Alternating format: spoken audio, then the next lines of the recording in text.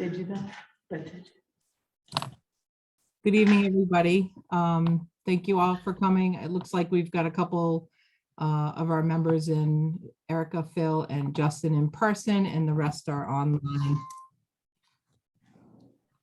All right, so we'll call the meeting to order. It is now 6:31. Our first order of business is present to speak. So if you are on the call and you'd like to speak, just unmute yourself and state your name and where you live, and we'd love to hear from you. Or you can raise your hand.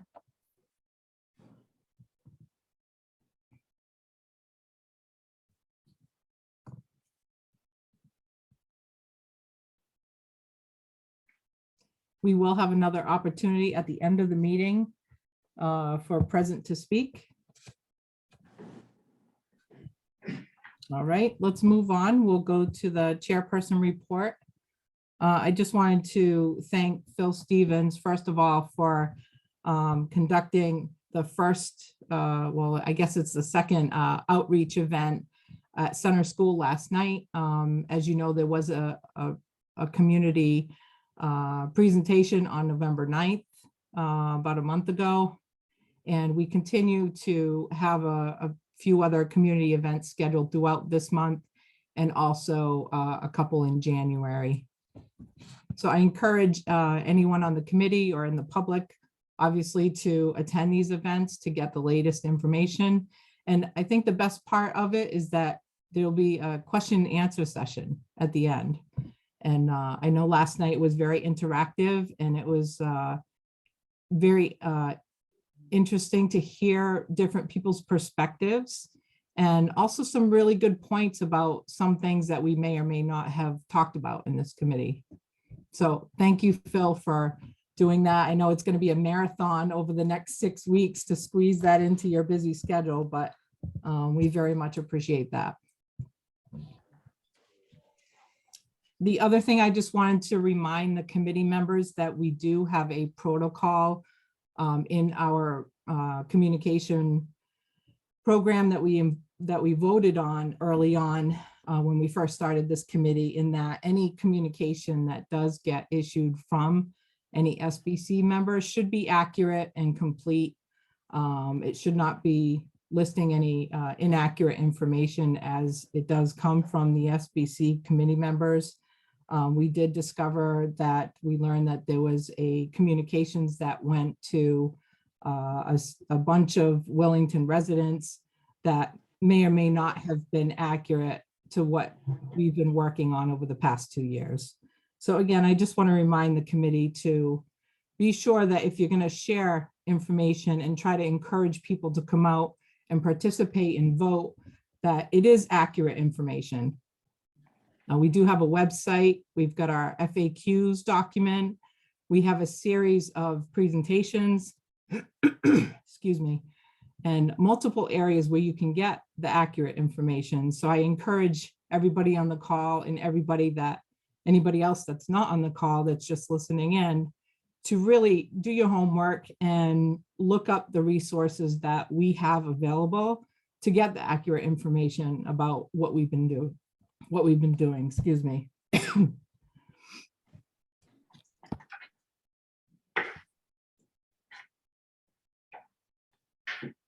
All right, that's all I When you have. get a chance, Peter has his hand up in the room. Hi, Catherine. Oh, I'm sorry. Go ahead, Peter. So if you can see me. I can't see you. I just see Phil, Erica, Oh. and Justin. I'm sorry. I tried to get on before the meeting. I wanted to look at some information. And I tried to get on the school website. Yep. It said it's inaccessible or temporarily down. Did anybody else have that happen to them, or is it just maybe my computer or something? That was today. I'll check it right now, but did you have any other feedback?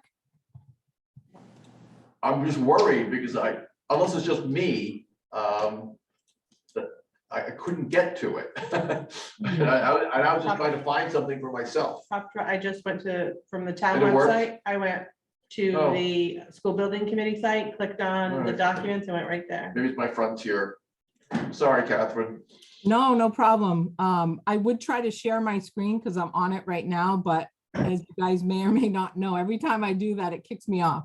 So I won't share that, but Erica's right. It does bring you right to the page. In fact, I think there's been a few edits to try to make it a little easier for the public to navigate to how do I find this information, like the FAQs document. There's a quick link there for you. So I hope that the people who are going in and looking at the resources can find the information that they want to look at.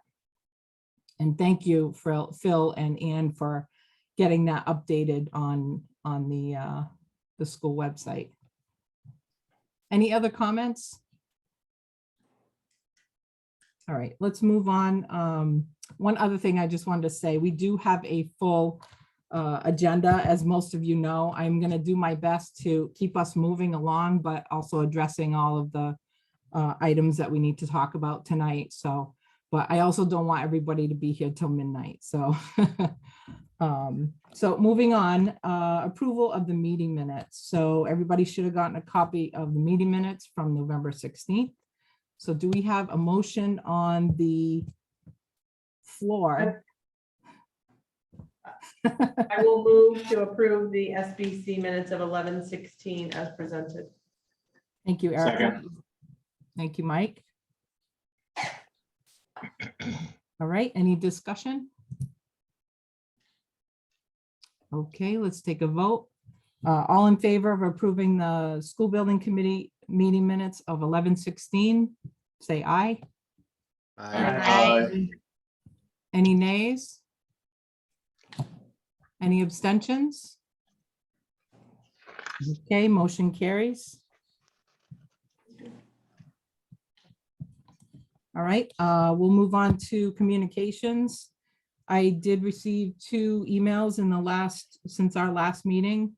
And one of them had to do with the cost and the estimate that was shared in the presentation on November 11th. And also another email had to do with consolidating students, elementary and middle school students. The question was geared around consolidating and the concerns they have from a safety and security perspective. So those answers will be either addressed in our updated presentations as Phil presents those, and also in our FAQs document. Catherine, will the members of this committee get an opportunity to see those emails? Or is that top secret? We hadn't really talked about it, Ralph. I'll have to defer to Erica and Phil on that one. I'm not really sure what the rules are regarding that.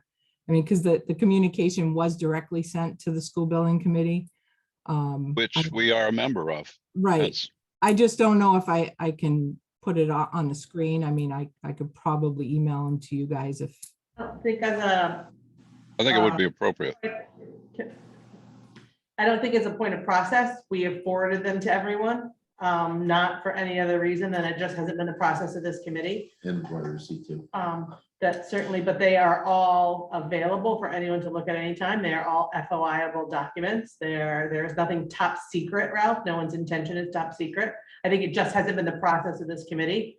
And we've had so few, real communications that have been. Wouldn't that be a good reason for us to see what people are asking? I'm not saying we haven't. I've not kept them from you. It's not anyone keeping them from you. I think it just process to forward them all. So I think I think before the assumption is made that we're keeping things top secret, let's talk about process.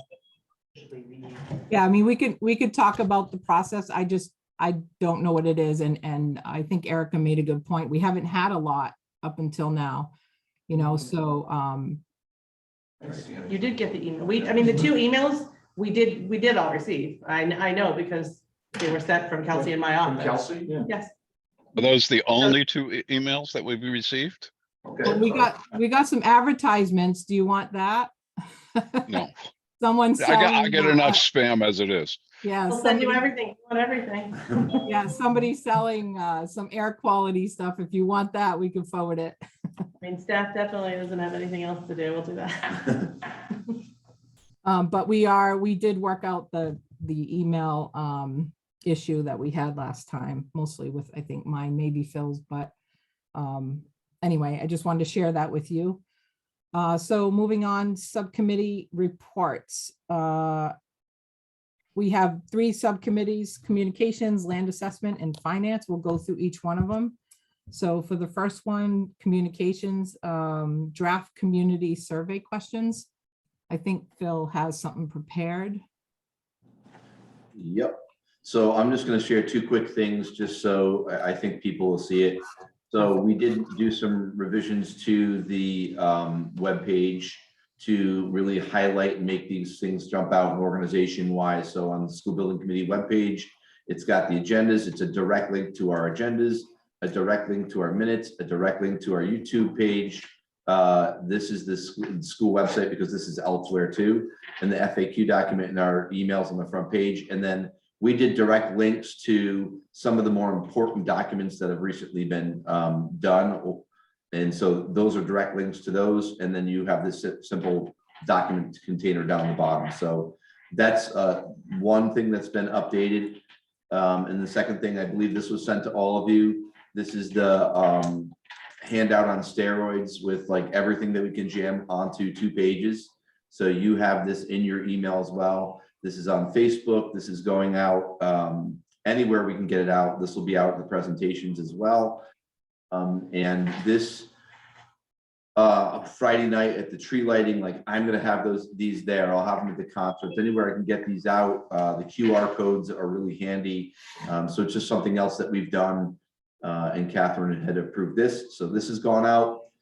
And then Town meeting Monday night, so Bill, we'll have just- that there. Yeah, and Phil, just a reminder, I think if you can go back to that flyer real quick. I closed it, sorry. I closed it. All right, so I just wanted to say most of that information, if not all of it, came from the presentation that was shared on November. Yeah, Yeah. so, And we sent exactly that, that PDF as our Willington Wire article for the next time, because it has so much information and it's got dates in it and everything that's in there. Okay, so that was our build up to the survey questions. So Catherine and Ann and I have kind of gone through this and tried to do a draft of the survey. Obviously, this is a draft. It's your first go around at it. The introduction is basically the same introduction that we have in the handout. We felt like it was important to say before you do this survey, if you haven't watched the presentation or read the presentation, that there's direct links to this. This would be a Google survey. It is not in this format that you see. This is simply to show you tonight. And so name and email, not mandatory. I would say that we could talk about that. Let me just fire through first, and then I think people can comment, Catherine. yeah. So first question, do you believe you have the information or will have the information needed to form your opinion on which project option the SBC should recommend for referendum in March 2023? Yes or no? And then if no, what additional information should you need to help form your opinion? That would be open-ended, so they can just add whatever they want.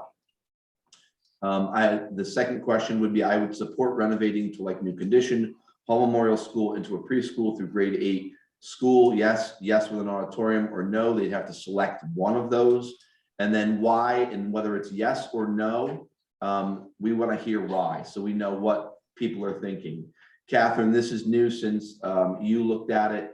One of the things that we talked about at the end, we just added it here as factors to consider. We want people to think about, is it location, is it schedule, is it cost, is it the impact on education? Obviously, we can adjust any of those. The next question would be, I support building one new preschool through grade 8 school on a new site. Again, yes with an auditorium, or no, and then the same why. And then this, I think Ann and Catherine have kind of said that they feel like this is an important piece. I'm not sure I feel the same way. This is could be an additional question to say, check all the boxes of what you think would be important when you make your decision. Some of this stuff, I feel like that ship has sailed, but that's, again, my perspective.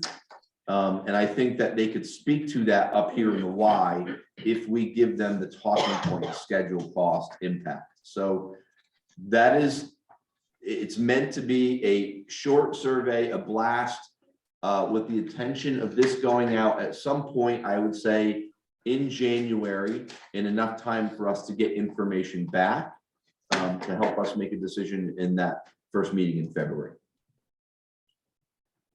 My 2 cents. Ann, do you want to add anything into that?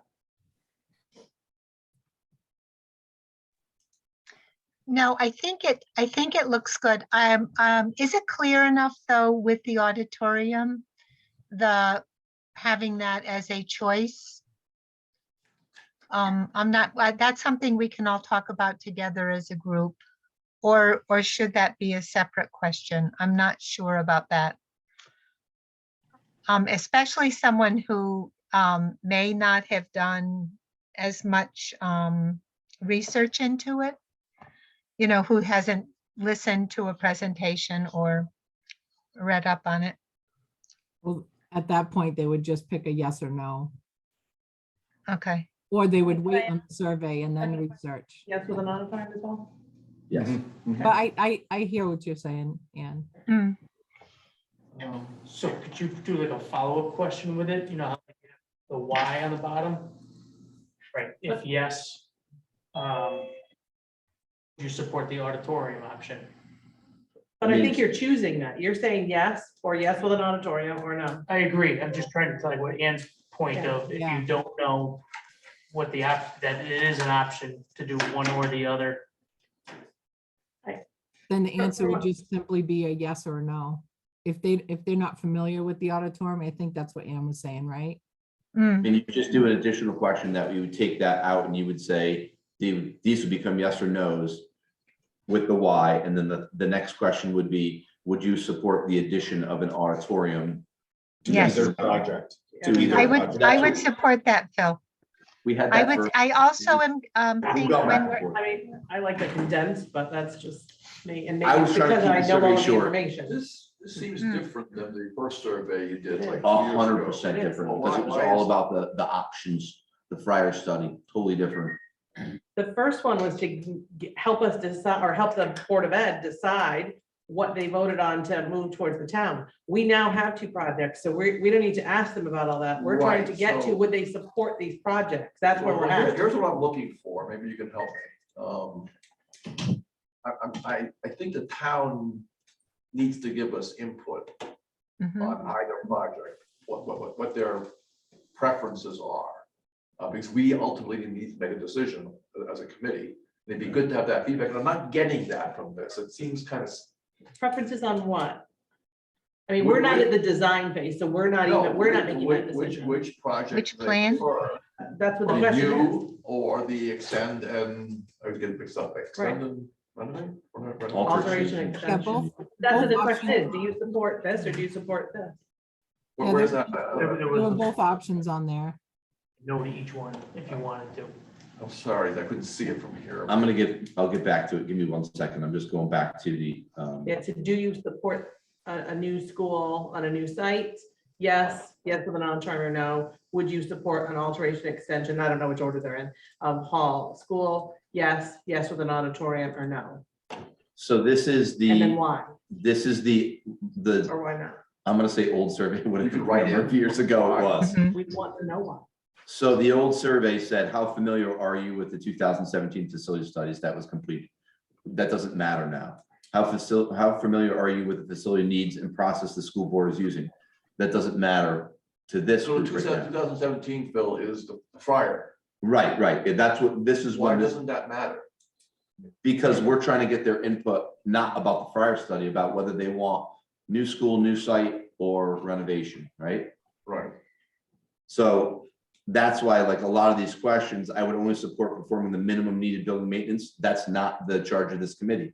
Mhm. That was in the old survey. Right. Correct. That's what This he- is the he's old reading survey. Oh, this is the old survey. Yeah, that's what I'm Reading showing the you, old sorry. survey. Thank you, Yes. Bill. I'm sorry. Yeah, I'm not moving fast enough.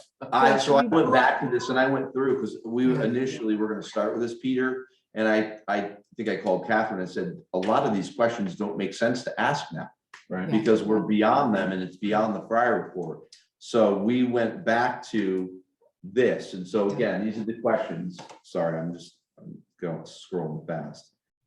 So that first question again is, do you think you have the information to make, form an opinion on, it, right? And then it's either, do you support the renovation or do you support a new school on a new site? And Peter, I think the real specific input on there is the why. And so someone So who can I be feels right like, in? Yeah, yes, it'll and be so you open-ended. may not have need any more information, and you're comfortable saying yes or no to one of those questions. But Erica says, no, because I think X, Y, Z. And so that will give us some feedback as to why someone might not be supporting one or either of those projects. When we say we need their input, they have an opportunity to put it out in writing to us so that we can take a look at it before we make a decision That's and good. say, we got 500 responses. Right. 200 of them said, yes, they support, but they're looking for this, or no, they don't support. And And here's last time why. we did this, we got like 200 responses, right? Yeah, So if we could match that, that would be good. I would like Peter. 1,000 responses. But that's Peter, I think the other thing this survey will do is identify any gaps that we may or may not have talked about already. There are some people who are concerned about a very specific thing that probably never even came up before. So this is the opportunity to get that information. If they say no, this isn't them voting. This is just them saying, I either don't have the information I need to make a decision, and here's why. It'll allow us as a committee to maybe address those in a little more detail. Right. What are your thoughts on that last section there? Is this something that should be separated out? Like, I think in the last one, we had check boxes, but Yeah. you couldn't do the other.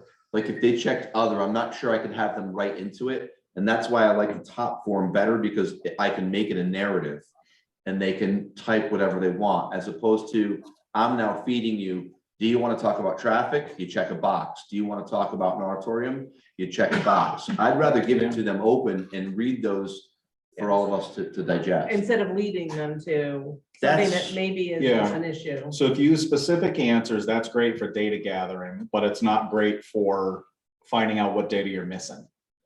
So I think the value of having a free form field is you're gonna get feedback on what's missing in the process.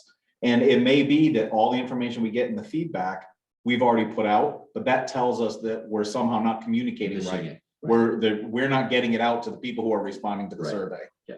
And so that's, I think, the value of a free form field, is you're gonna get a more specific, genuine reaction from the person taking the survey. If I can comment on this, just to not counter, but just to offer an opinion on the other side of the fence. I think having the prompts sometimes makes it, the answer to it go a little quicker. If you leave it too open-ended, people might get hung up and can't really pinpoint exactly what they're trying to say, what's most important to them. But if they have some prompts to kind of get their mind going about some of these things, it might prompt something else that's not on the list. And so I find that there's value to actually offering some prompts. It doesn't have to be like a checkbox. It could be just ideas such as location, safety, blah, blah, blah. And then we could leave it open-ended. I mean, if that's another way to sort of go in between what you guys are saying. You have two hands up, Catherine. Sorry, Ralph, Gary and Ralph, the two hands I see. thank you. Ralph, go ahead. No, Gary was up first. Let him go. Okay, Gary. Thanks, Ralph. I actually agree with Catherine here. I think that you're more likely to get actually responses and helpful responses if you include something. If you just leave it open, I'm very guilty when I fill out surveys. I just leave the open-ended questions if I'm in a rush, or I just don't bother with it. So I think you risk that.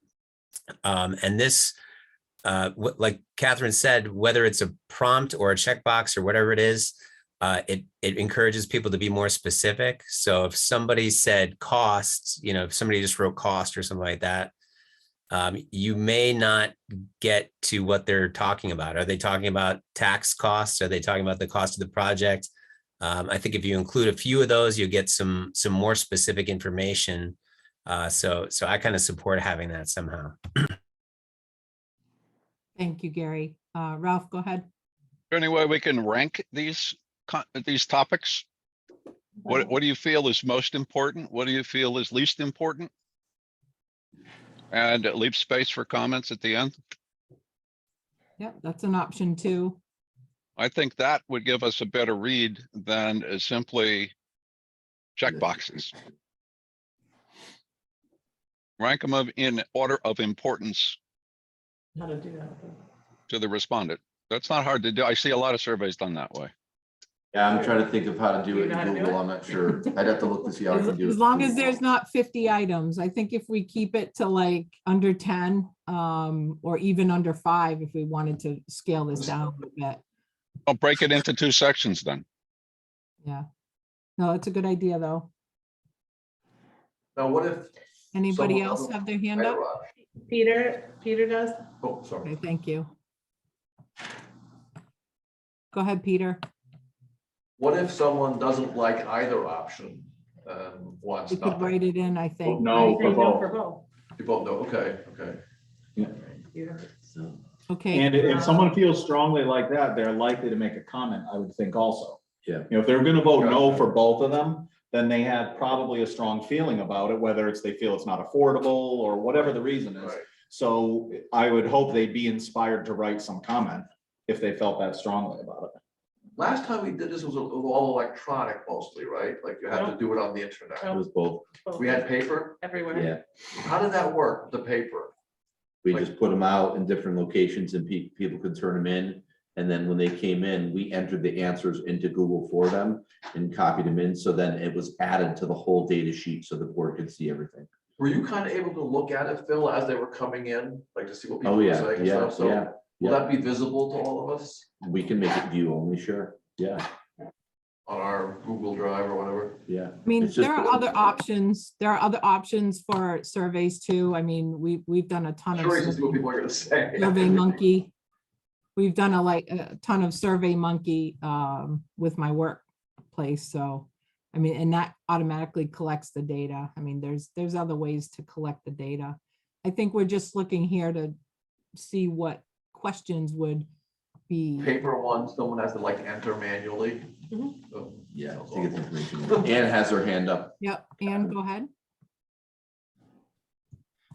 Back to Ralph's suggestion about rank ordering, were we also trying to get people to come up with new ideas within that column too? Is that the same? Ralph, is that the same list that you were suggesting we rank order, that last one? Well, you've got other down at the bottom of the list. There's certainly a way Right. to phrase a question. Is there something that you did, that you are concerned about that are not listed above?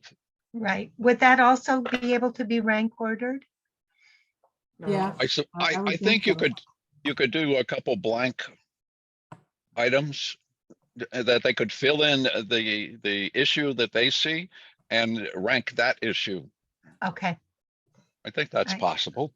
Yeah, I Well, think the I'll- goal here is to gather the data. That's really. we Mhm, wanna to get that more and more feedback. ideas. Yeah. What are we Thank you. doing with that data when we get it? That's the question. What are we trying to gather data for?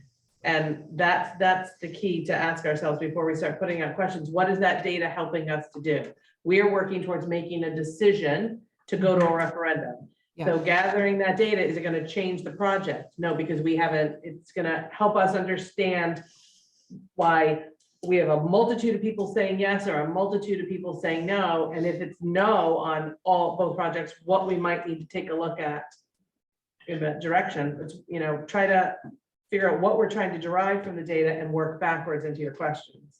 Yeah, I think if I can answer that, Erica. So the questions that are drafted so far, if you can go up to the top, Phil.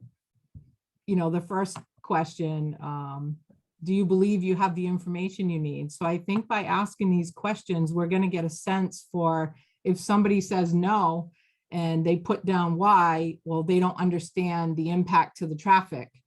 Could be something like that. Then we know as a committee, what we do with that information is we know as a committee that maybe we need to look a little deeper into the traffic for either project. So I think this survey will help us gather that information and fill in some of the gaps before the referendum vote. Can I make a suggestion to, that's a little bit different than Ralph's? Because I know it'll work in Google. And I'll be honest with you, if this doesn't go through Google, tag somebody else's it. Is that the way this went off in the first time is that they ranked individual items as opposed to putting them in order of importance. So this is this, you guys can see that at home, right? Yes. Okay, so what they did was we gave them a list of items, is energy efficiency important to you? And, 1 is highly unimportant and 5 is, hey, this is really important to us. And that way they could rank order that. I know we can do that through Google. I'm not sure if, and I will gladly look, if we can organize by rank order, I can do it. That's no problem, but I'm not sure I've seen it where you can put a number on each item to rank order the items. I'd have to do it separately like this, like, Yeah. how important is this to you? Right. I think, Ralph, does this, something like this, instead of doing a 1 through 10 ranking, I think this accomplishes the same thing, right? The importance, we're really trying to get what is important to people. Why can't Zoom? I'm not, I'd have to think about how to respond to that question. All right, well, Phil, I have an idea, a suggestion. Is there any way we can distribute the draft to the committee members and maybe give a deadline on getting feedback and then finalize it? And then we vote on it in our next meeting? Yeah, I mean, this is just for discussion tonight. I think if, the point was, does anybody have any questions that are not on here that we should be asking?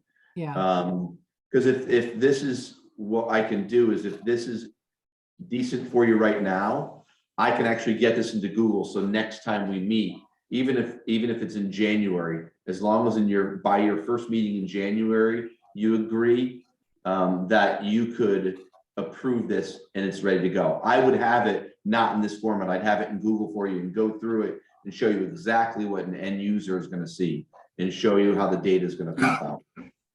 well, for now, based on what you're showing us, could you go ahead and do that and then just send Oh, it? yeah.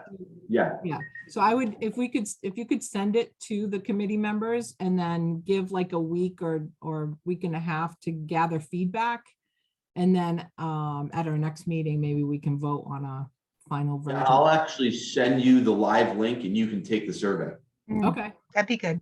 yeah, Phil, I just did a quick Google on Google about Google surveys, if all that makes sense.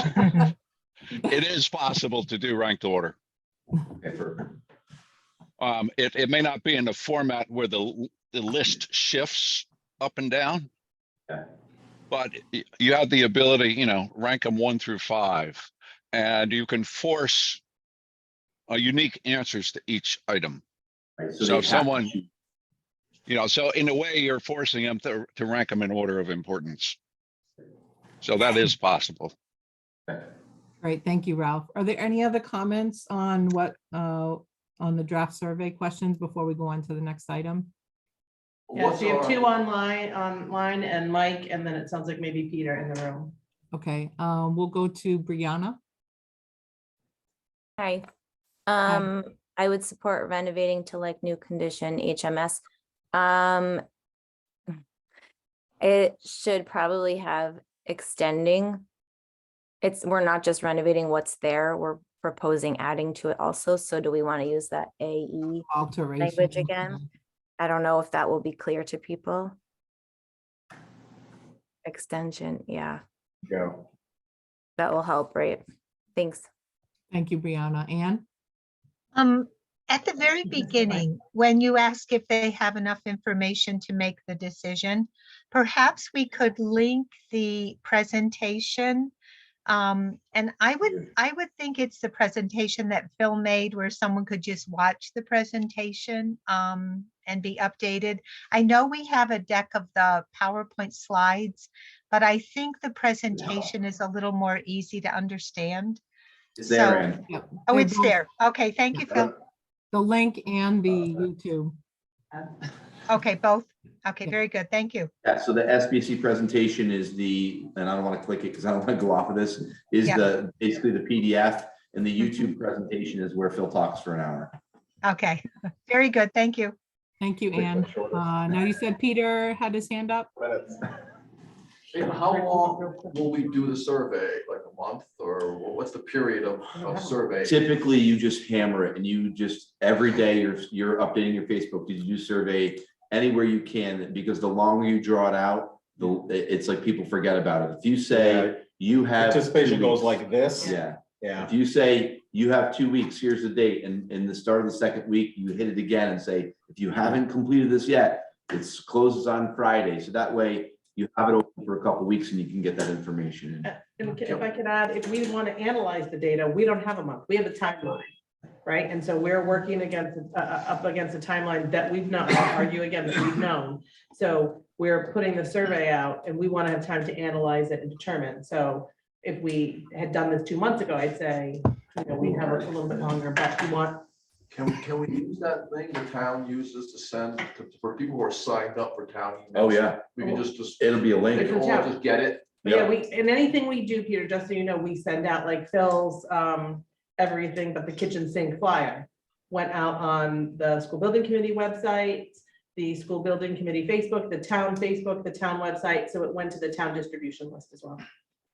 We put it out in every possible way we have to get to people. Catherine, Mike has You his didn't hand get up. I might. Don't have a computer or Because I remember last time, We will do paper people ones asked in the me library. where to get the paper copy, and I didn't know. I don't know, 2 years ago, but You're gonna have paper. We'll put it on Jump all in, those Mike. things. like, will it be Yeah. a library or town, like, how does that work? We'll just chat here all night. All right, Mike. had his hand up. Catherine, can you pay attention to people, manage the people talking so we can keep moving? I did say your name already, but I'm I getting. have my talked hand over. up. Okay. I'm getting talked over. I just said, Mike, go ahead. It's very difficult to do. Okay, virtual and in yes, it would. person, so, Yes, the combination of in the room and online is difficult. I agree completely. Yeah, so go ahead, Mike. First of all, yes, paper copy is gonna go out. It's gonna be available multiple places. We'll make sure everybody knows where paper copy is. And I know that was said in multiple ways here, but because everyone was talking, I'm not sure who heard it. Second of all, what I was trying to get to before is I think this is great. I think it's good that it's short, other than wrestling with this little bit of how we get the whys from people, which is really important. I think we need to keep it pretty short, because just like we're talking about, the survey interest goes up fast and then drops off fast. The interest in staying on the screen and answering the survey goes up fast and drops off fast too. You advertise it that way too. So you're right, you need to advertise it's a short survey, it's 5 minutes or less, it's 2 minutes to take it, whatever you want to say. And only have a few questions so that we get participation, because we want that feedback. Right. We just have to do whatever we can. We have to balance getting the detail, but not scaring people away by trying to get the detail. Yeah, so maybe Phil, you can add a sentence or two at the top about that. The survey is 4 questions only or something like You that. do that when you share the link to the survey, Yeah. not on the survey, Correct. Okay, because they're gonna see the whole survey. It's gonna be in one, It's I'm like not one doing page, separate pages, yeah. I think. okay. Any other hands up in the meeting? Hang No. on, Ralph. No, no one in the room, Catherine. Okay, thank you. Ralph, go ahead.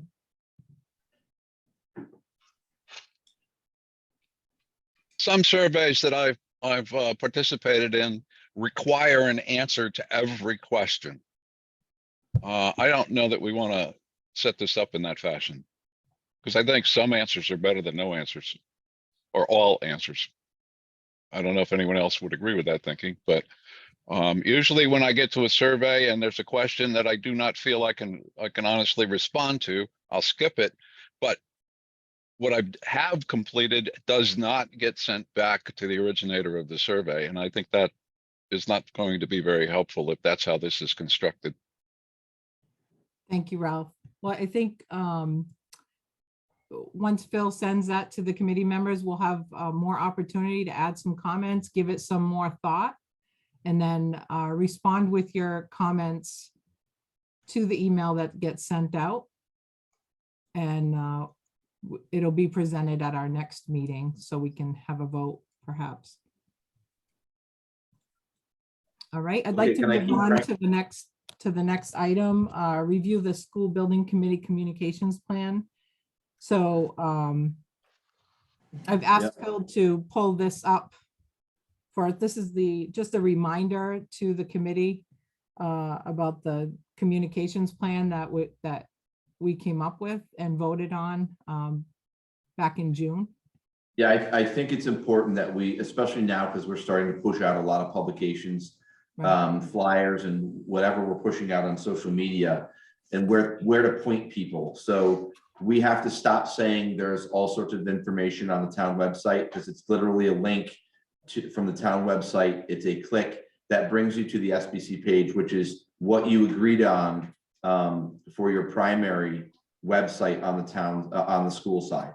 So, you know, that whole process of what we're going through, that's where it's at. So we're updating one spot. That Catherine is the gatekeeper for that, and any form of communications comes through the chair.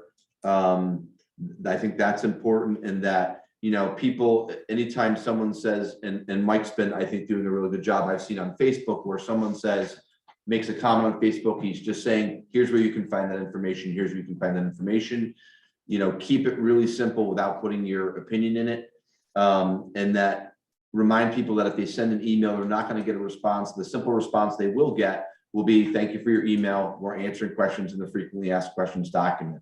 So this is what you voted on. You can always change it, but I think it's important that everybody remembers this is kind of how we're communicating, and that it's consistent, because if it changes and we're all over the place, people won't know how to get to us. I think that's the biggest thing. Anything else you want me to add to that, Catherine? No, I think that's great. Again, it was just a reminder to bring these things up as we are posting out. Like Phil said, we're getting more engagement with the community, and it's just important as a committee to remind ourselves what the protocol is regarding communications out to the town. And the most important information is yes, we want to share it, but we want to share accurate information. You know, that's really important to our mission here. Mike has his hand up in the room, Catherine. Mike, thank you. Go ahead. Yeah, I think the reason I've stepped into a couple of the conversations online on Facebook is because I think it's important when people are asking questions, even if my initial reaction is frustration that they haven't seen this answer because it's already out in public. The way I try to remind myself is, listen, the important thing here is that people don't have this answer in front of them right now, even though maybe they should, or maybe they shouldn't. Maybe they moved to town yesterday. I don't know. So what I try to do is make sure that this group is connecting with the townspeople, and this group, the representatives of this group, are available by just making this simple comment. Hey, this stuff is being considered, or that stuff will be considered. Please check the resources that are available. Please come to the meetings. So I'm not weighing in on the actual topic of the conversation, but at least then people say, oh, there's a committee member who cares to say something and push us in the right direction. Then they have the choice how involved they're going to get. And So, it ends. Thank you. and that's all I say, right? I don't wade into the conversation about, you know, liking or disliking any of the topics. Just, hey, we're here. We do care about this stuff, and Right. please check into it more. Yeah, thank you, Mike. And that also goes hand in hand with the survey. presentations that have been done so far. It's been great that a few of our members went to the one last night, and I'm sure we'll get a few more members going to the future ones. And of course, I think all of us were there on the November 11th presentation. So I think just showing our support too, when there are presentations out to the community, is important. All right, any other hands up? I don't see any on the screen, but are there any in the room? In the room. None. Okay, thank you. All right, let's move on to the updated FAQs document. So this is gonna be a fast one because I didn't get to it. To be honest, I've been a little busy. Ann did some work on this. I have not gotten to the questions yet. So she's added some comments in one, that's kind of a next thing. I wanted to make sure we had the majority of the information for the presentations in tonight, and some of the tax work, mill rate stuff. So I have not gotten to that. As soon as I get it, I will share it out. With you, it will not go out until you see those answers. Okay, and that'll be coupled with the emails that we got, the I think responses. the emails already went. Oh, the new ones, you mean? Yeah, the new emails that we received today. And also, I think there were some questions from the presentation last night too, Phil, that were ones that you jotted down that maybe we can add that to the facts, FAQs. I have. All right, thank you. Next item, community postcard. So I passed this to Erica because she had some experience with this. So she's got some of the information about the postcard. So here's where our teamwork comes into play. And I want to thank Kelsey for working on this. So CCM, which is the Connecticut Conference of Municipalities, of which we are a member, has a print and production service. So after looking at a couple of options, this is the least expensive option. And so we're looking for 2,800 pieces. So these are postcards that would go out. With the mailing and the postcard cost, we'd be looking at about $775 per mailing, which is nothing. We looked at, I'll give you, for instance, Vistaprint was somewhere around 1,600 for one time. So we, I would say if we wanted to do two mailers, we'd be looking at encumbering about $1,600 to do that. So they get the artwork and we can either send them to the post office or we can run them through here at same cost.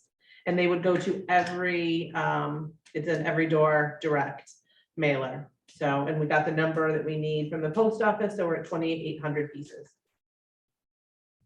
Okay, great. Thank you, Erica, for that. I think our next item regarding that would be, what is the content? You know, are we, and when, what and when, what is it going to say? And I think as far as the timing goes, we should definitely do it before referendum, but what are we going to share before referendum? Can I go so far, if I may, I'm gonna make a motion and then maybe we can discuss it, that we encumber $1,600 for mailing and print services. Second. Second. So Catherine, my suggestion there is so that the full committee, you know, we can decide what we believe if we need to do two, and then our communications group can design that, get that to us, we can get it done. And we've already taken care of the funding piece. There is a little bit extra built into this, so I think we'll have a little bit of a buffer in case there's some additional costs. It will give us the opportunity. And when I say print and mail services, it gives us some money maybe to buy some paper. Some of the things we're doing are, you know, coming at a cost out of town and Board of Ed resources. We'll have a little bit of a buffer for any other printing that we need to do, i.e. The surveys, paper copies around as well. Okay, any other discussion about this? I just wanted to ask a question. What if we decide that the content that we've put together and the timing of it warrants just one mailer? What happens to the rest of the money that we approved? It just doesn't get spent? Yeah, it just doesn't get spent. Okay, Mike has his hand up, Catherine. all right, Mike? I think it's a good idea, and getting it approved ahead of time, so when we're ready to mail is an efficient way of doing it. And also on the pricing, that is an incredibly cheap deal. I've been actually looking into this for another organization for mailings in Willington, and that is half the price. I got an $1,800 quote for a colored postcard for Willington to every house. So that's a very, very good price. That's the benefit of, you know, one of the perks that Benefit of CCM would membership. get. Yep. So they do a lot for the town, and this is one of those. So when this came up and I saw that price from Vista, like too, I was like gagged a little bit. And so, yeah, but Catherine, we just won't spend, right? So that's with anything. If we, any of the services we've done so far, if we budgeted 800 and it came in at, you know, 600, we didn't spend the extra 200. Right. You know, so this is there, and so all we do is the mailer and then probably some reams of paper to take that load off the town and the school's budget and use this budget. And then at the end of the day, when we tally up, my guess is we probably have some extra dollars. Catherine, Sorry, go ahead. sorry, I think it's important if we can. This is why I think two postcards is important. Referendum is different than this is all going on right now. You got to pay attention. There's all sorts of things. We have one person in the room tonight and maybe a small handful online, right? We had 4 people last night. I had more staff members at the staff member presentations that I did than we had in the first public presentation. So we've got to get mailers out to let people know this is happening. And my suggestion would be, I think we should do one ASAP, get it out and advertise the January 11th. Am I making that up? Sorry, January 11th. Presentation at Center School at 6:30. It's a Wednesday night, and advertise that as come and get the tax information, come and get the background, and then release the survey right after that. And then you've got the survey out at least for a week before or 2 before you get into making a decision. And Erica said the turnaround is pretty fast on this. Very fast. So if Ann and I can pull something together, I'm not sure how much you can fit on a postcard, but I think without saying like pros and cons or, you know, we could try and do the cost. I don't know if that's good, but at least advertise the meeting and get people out. And maybe there's a QR code for the, you know, electronic user. But other than that, let's get them out to a meeting to hear things, or do the 11th meeting. I could do that one hybrid as well. Okay, thank you. My 2 cents. Would it be worth pulling some of the data from the already presentation that's already out there and putting some of that on the Yeah, it's just a cards matter so of, that we can, I think so that we so. can get that posted out there with, like, right away? It's just a matter of what can you fit on a postcard. If I put Right. that chart on the postcard, Yeah. your reading glasses are not gonna help you. Yeah, no, I think the date is important, but maybe we could look at it with Ann and yourself. And all I'm saying is that if we could gather some of the data that everybody's already seen and then put it into a postcard in a, you know, visually attractive manner so that it's nice and clear when people see it, and then important dates on there, and maybe even save the date for referendum in February. I don't know if we have a date yet for the referendum, but I think seeing something like that, like save the date, people are going to put it on their refrigerator, and hopefully will be a reminder to get out there when the time comes. But is there any other discussion before we take a vote? Because we do have a motion and a second on the table. Peter has his hand up. I want to comment Peter, go on ahead. what Phil just said. I think nothing would drive people out more to any of these engagement meetings than when we explain the scale and cost of this project. Yeah. And that's just going to drive people out. Yeah. And I agree, I don't want a whole chart out there with all Scott's scenarios and numbers, but just a rough order of magnitude, the biggest capital project Willington's ever undertaken for a 21st century school. Awesome. Some kind of number, and that's gonna drive them out. Yeah. Pro, con, or in between, right? Yeah. And I think that's important. I agree. You could talk about everything else, but that's the bottom line, and that's what people want to know. Yeah, and we can easily say, Peter, just take 2 numbers off that chart that are consistent and just say SBC is between a new school on a new site for $60 million or an alteration extension for $62 million. And you're gonna that might hopefully would get you to come out and hear more. in here. And yeah, I mean, I'm gonna What need always- a volunteer. What always gets me about our budget process is I'm always there in the beginning and I'm going through it all. And then everyone shows up at the public hearing, which is like, what, You missed it. 2 weeks before the referendum. oh, that's the number? You know, we didn't know, no one told us. That's what they always say, and that drives me Yeah. nuts. Every May we Judge hear. me nuts no as one- Board of Finance Yeah. Chairman. I can When you're imagine. explaining something you've talked about since January and February and March. And that's why I love the idea of the postcard, Bill, because so many people that I talk to, that are not on the internet, don't It have. goes to Dave's concern about people who get traditional mail and. My wife's parents, they were looking for that piece of paper. They want Right. it. So as long as people agree tonight, I think with Erica's motion, that if you approve that amount of money, know that Ann and I would move quickly to form the postcard. Catherine could approve it and we could get it out in time to let people know about that January 11th meeting. Yeah. And maybe we want to change the location from Center School to Hall School because it's a little bit bigger, Yeah, which we could easily do. But that, I just think it's important that there's the Catherine approval and we get it out. And then the second postcard comes after in the announcement of the referendum. yep, okay.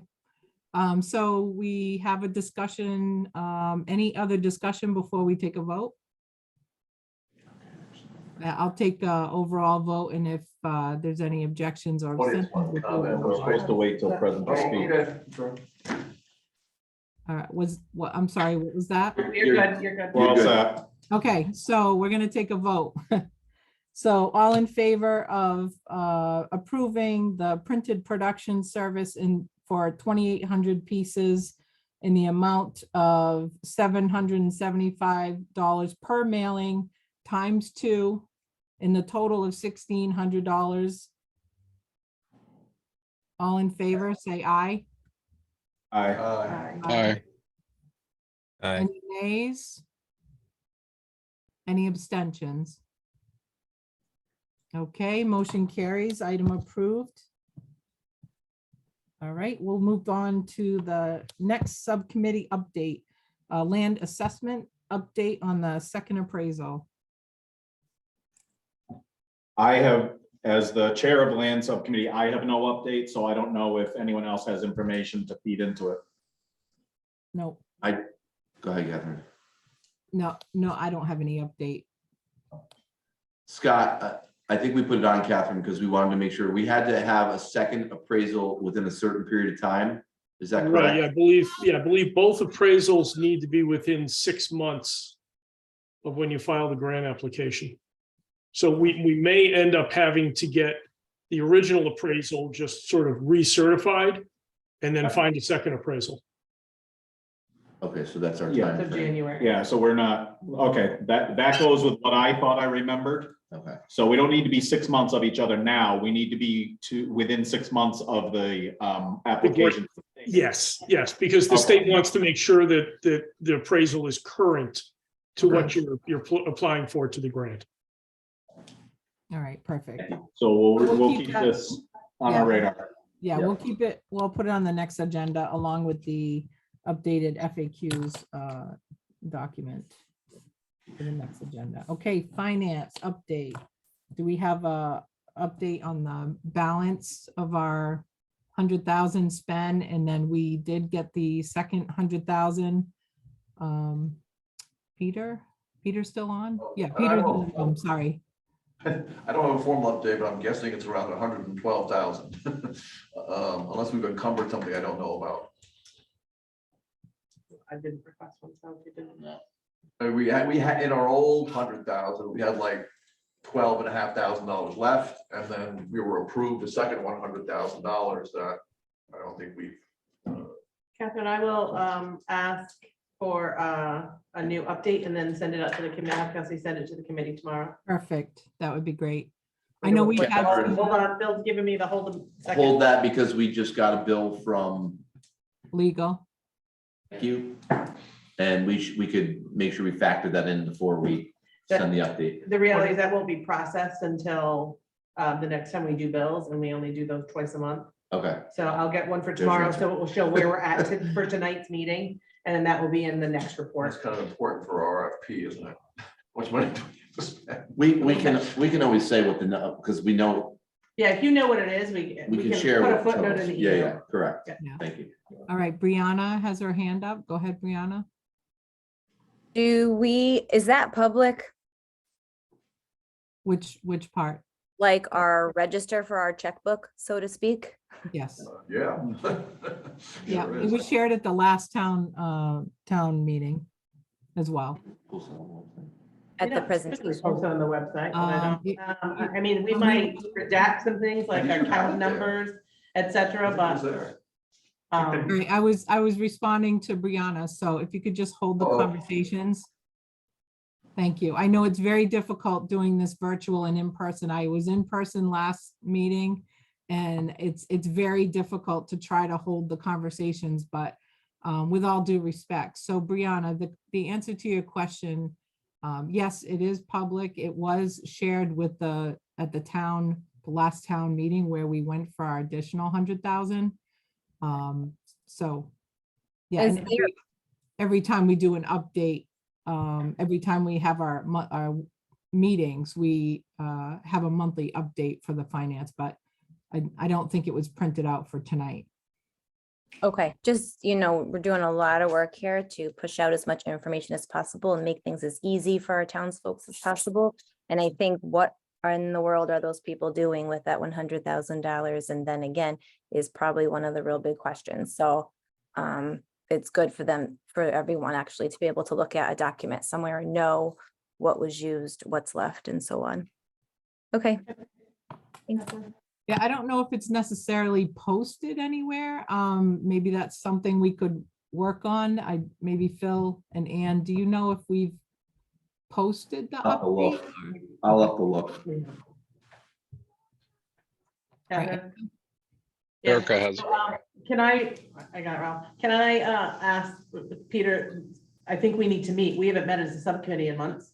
And so I think we need to meet, and we need to meet before our next meeting so that we can set maybe some procedures so that we come to this meeting with a document and we can determine between the three of us how the process goes. I agree, exactly. So, After this okay. meeting, I think you're gonna get information that we'll need to look at anyway. Yes. So Yeah, I mean, we something should that- be meeting regularly, so if we can do that. Thank you. That would be great. Thank you. Any other update on the finance before we move on? Okay, so old business owners project manager Collier's update. Scott, I'll give you the floor. Thank you, Catherine. Good evening, everyone. Scott Hellman from Collier's Project Leaders.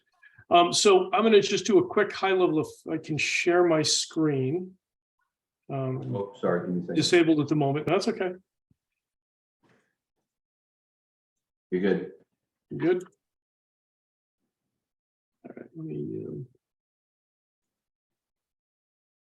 share. Okay, just a real quick recap. Again, this is our macro schedule just for the new construction option. Should have slid this red line a little bit, but we're going into early December. We're in the middle of our public information sessions. And then these stars are really kind of the critical dates of getting a referendum set and approved and getting the grant submission in. These green bars, then based on a successful referendum, and I'll talk about this a little more in detail in a moment, is going to be getting your OPM on board and getting your architect selected. Because to make the dates right now, as we understand it, what the goal is, was again for the, if the new construction option is selected, it would be, trying to get the kids open for the fall. Best scenario is always opening a school up in the fall, so they can go into a brand new school, start out the new year in that new facility, fall of 26. And then again, if it was the alteration extension, looking at the fall of 27 with or without an auditorium that would follow. So that's what we've been gearing towards is those two overall target goals.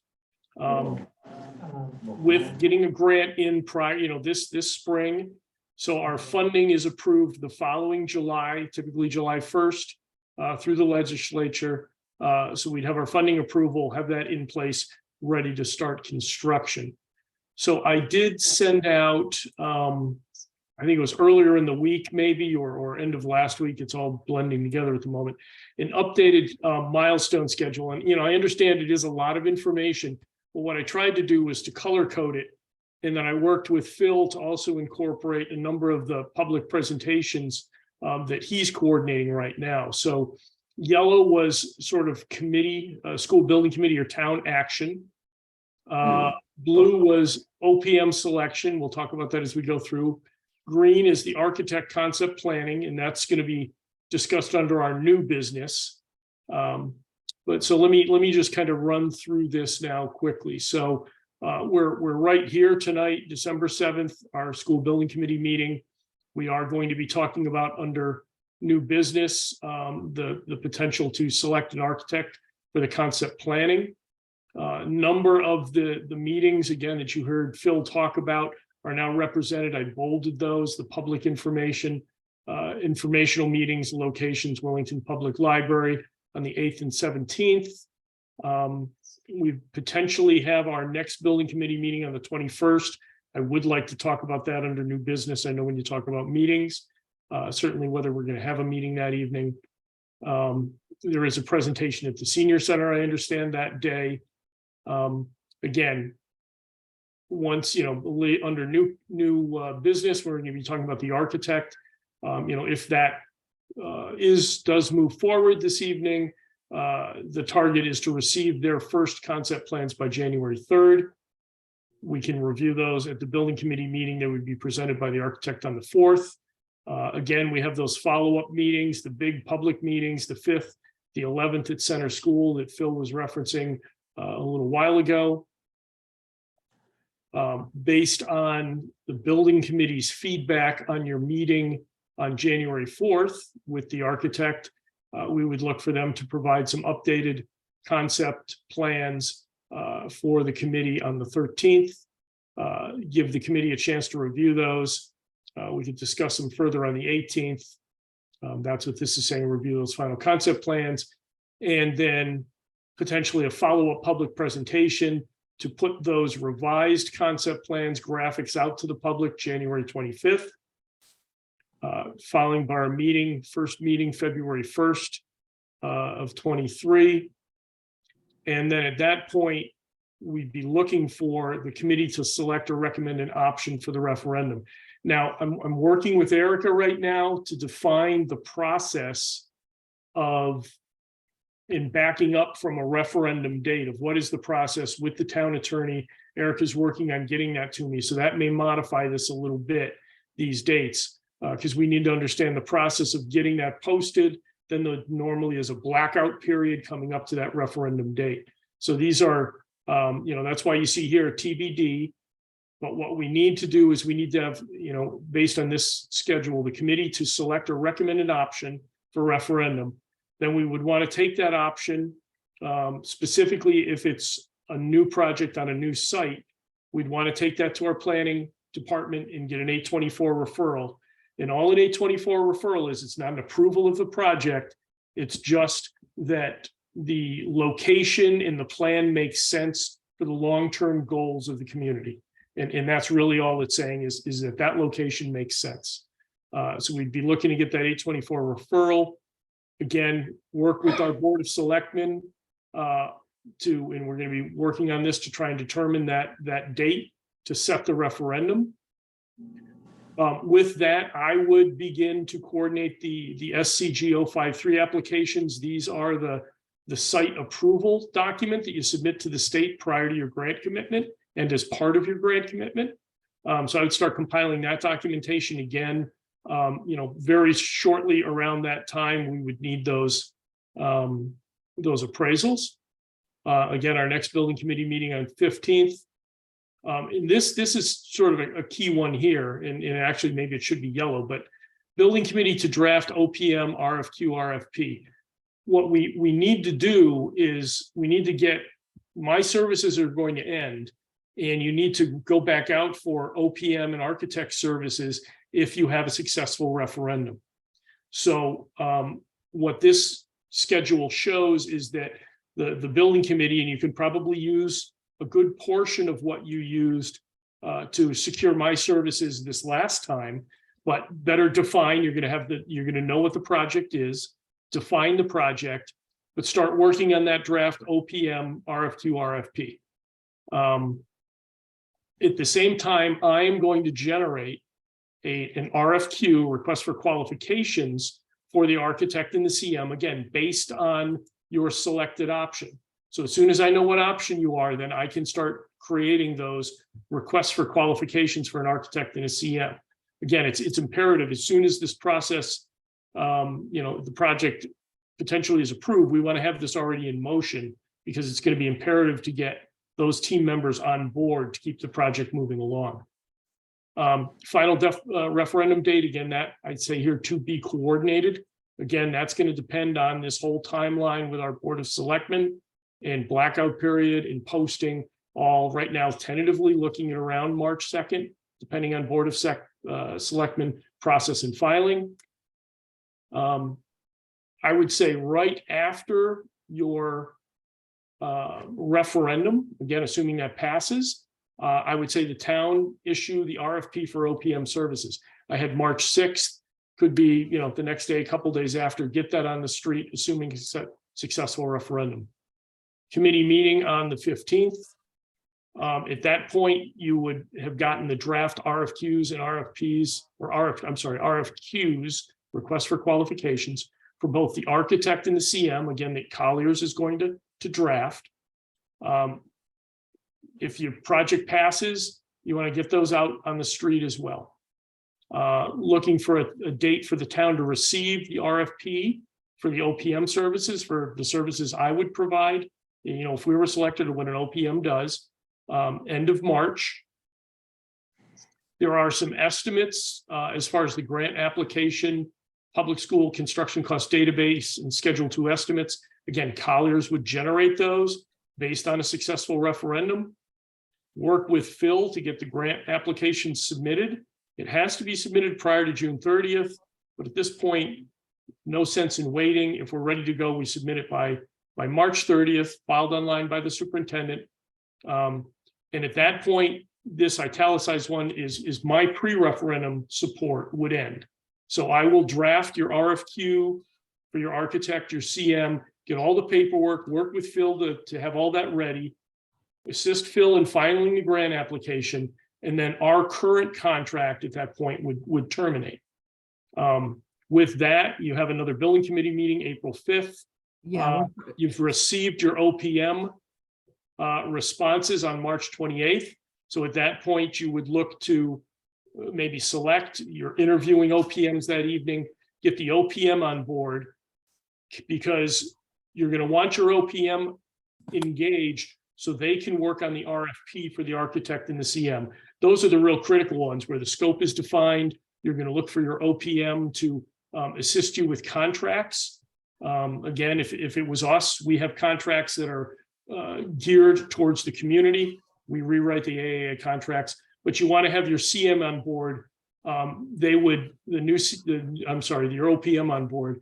They would assist in organizing the RFQ responses for the architect and the CM, help you set up those interviews, and then make those selections. Yeah, I'm sorry. Go ahead, Catherine. I'm sorry to interrupt. I'm not sure. I think going to town referendum, I think that's important to show sort of the big picture of how we get to that point. But I know in future meetings, you're probably going to go as we go down, but I'm not sure that we need to go through every single date on the timeline. Yep. We do have a question on the floor that I'd like to entertain. If we can just, is it related to the timeline, Ralph? Yeah, yes, sort of, kind of. Go ahead. I see that Scott has CM on here, and my question is this going out as a construction manager at risk, or a general contractor? Well, that's a decision the committee would need to make. We would, for a project of this scale, in this market with procurement issues, other things, I would absolutely recommend a CM, and I would recommend CM at risk. So they've got some skin in the game. Right now, GCs, I've got one project that's under a GC delivery method. It's what the town chose to do, and it's been very problematic. A CM can also assist in a lot of that early planning, especially if you do an alteration extension phasing drawings, all of that. You want to have the CM on board right in the beginning with your architect to work as a team. It's a collaborative effort amongst all the Understood. members. Thank you, Scott. I do have a question about the A24 referral. I think you had that on item Yes. 109. What is the process for that? I know you said it was just basically confirming with planning, but is there a town meeting involved in something like that? No, typically not. It's just that it's filed with the planning department. And it just is a determination that, that location for a town building and structure makes sense for the long-term plan for the community. It's not an approval of the site. There's no zoning approvals. It's just them saying that it makes sense for the long-term plan. Okay. And just one other question, then we can open it up to the rest of the committee. You have on here, the town referendum final date to be coordinated. I know we discussed a little bit earlier about the process of determining when that town referendum is. I'm curious what the timeline is on that. I think you said Erica was looking into that with our town attorney. Do we have an estimated time of when he's going to get back to us? I spoke to him last night, so I'm grateful for his ability to talk to me late into the evening. So our goal is hopefully by the end of the week. We had hoped by today, but as a town, we have put a number of things on his plate. So I hope at the end of the week, as soon as I get it, Catherine, it will go to you and Scott, so that you can review and we can get it into discussion. So my goal is the end of the week. But I'll keep you Yeah, I posted. think thank you. I just think it's important that we get that date on the table for the town people and in our postcard. So Catherine, it's not just the date, it's a very intricate process and statutory process. And so we want to have a clear outline of all of the steps so we can fit it in. There are multiple stakeholders that are involved there. So, and again, I want you to know that it is an important process and we're talking about it, but it's only one of many very important tasks that our town attorney is working on for us. So Okay. As soon as I get it, you will have it. And he understands how important it is. Okay, thank you. That was it on my end. I didn't know if anybody else on the committee had specific questions for Scott regarding the timeline before he jumps into the project budget detail. Peter has his hand up in the room. Peter, thank you. I want to address what Erica was just talking about. You were talking about, Catherine, the town process to get the referendum. I think that's very important. Normally, we would have a public hearing, a town meeting, and a referendum. That's kind of what we do, right? I'm guessing this is going to be something like that. I'll be curious to see what the attorney opines. I'm concerned about the schedule being too compressed. I think people need to know what's going on. And unfortunately, most people will engage at the public hearing. The formal, not the engagements, the formal public hearing. That's what they do. And regardless of what the attorney says, I think we should not have one but two. So no one can say, well, we didn't know. We should have the first one, because that's when everyone's going to come to, and then have a second one, and then go to town meeting.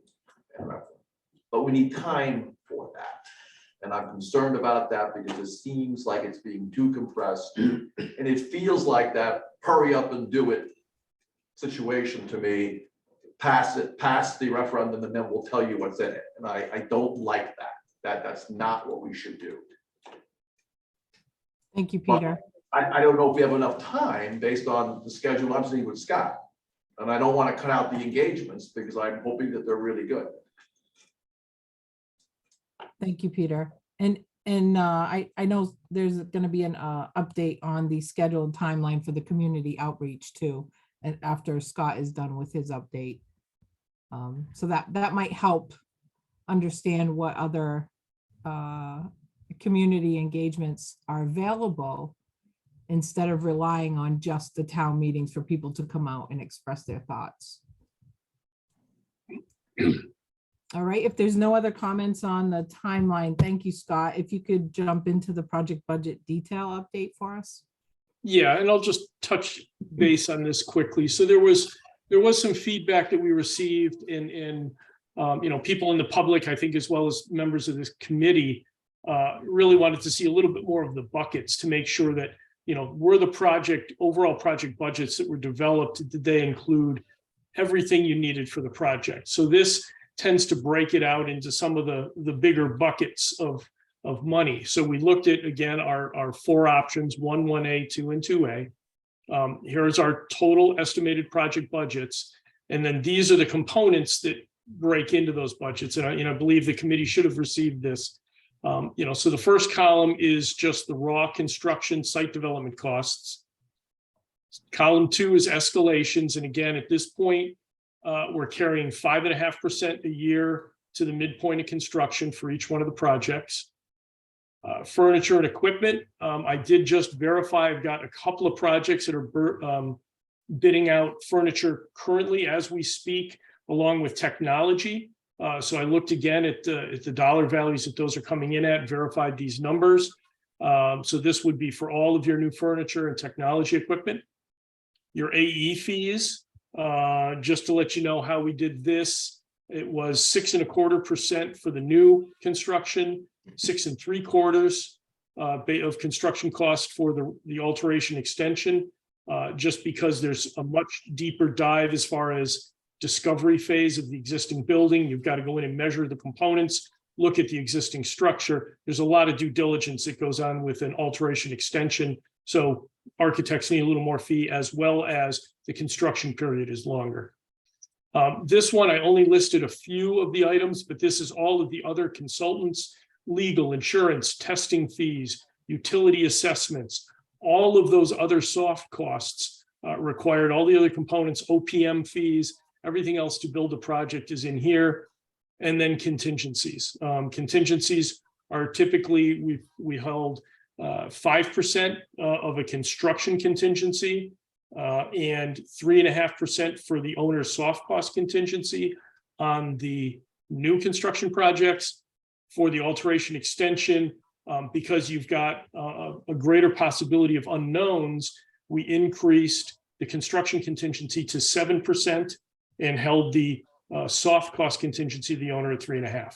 So a little higher contingencies here, again, longer duration, much more of a chance for some of those unknowns. So again, this just provides a little bit more detail of how these overall numbers were derived. And if I can just, thank you, Scott, if I can just comment on the contingency, some people might be wondering, well, where do those numbers come from? Those are typical in the industry regarding new, has usually a lesser contingency than a renovation alteration, based on what Scott just said, which is all the skeletons in the closet. So they tend to have a higher contingency on the renovations versus a new school, a new construction. Thank you, Scott, for that update. Are there any comments from the committee on how he broke this out? Thank you for breaking it out too. It's good.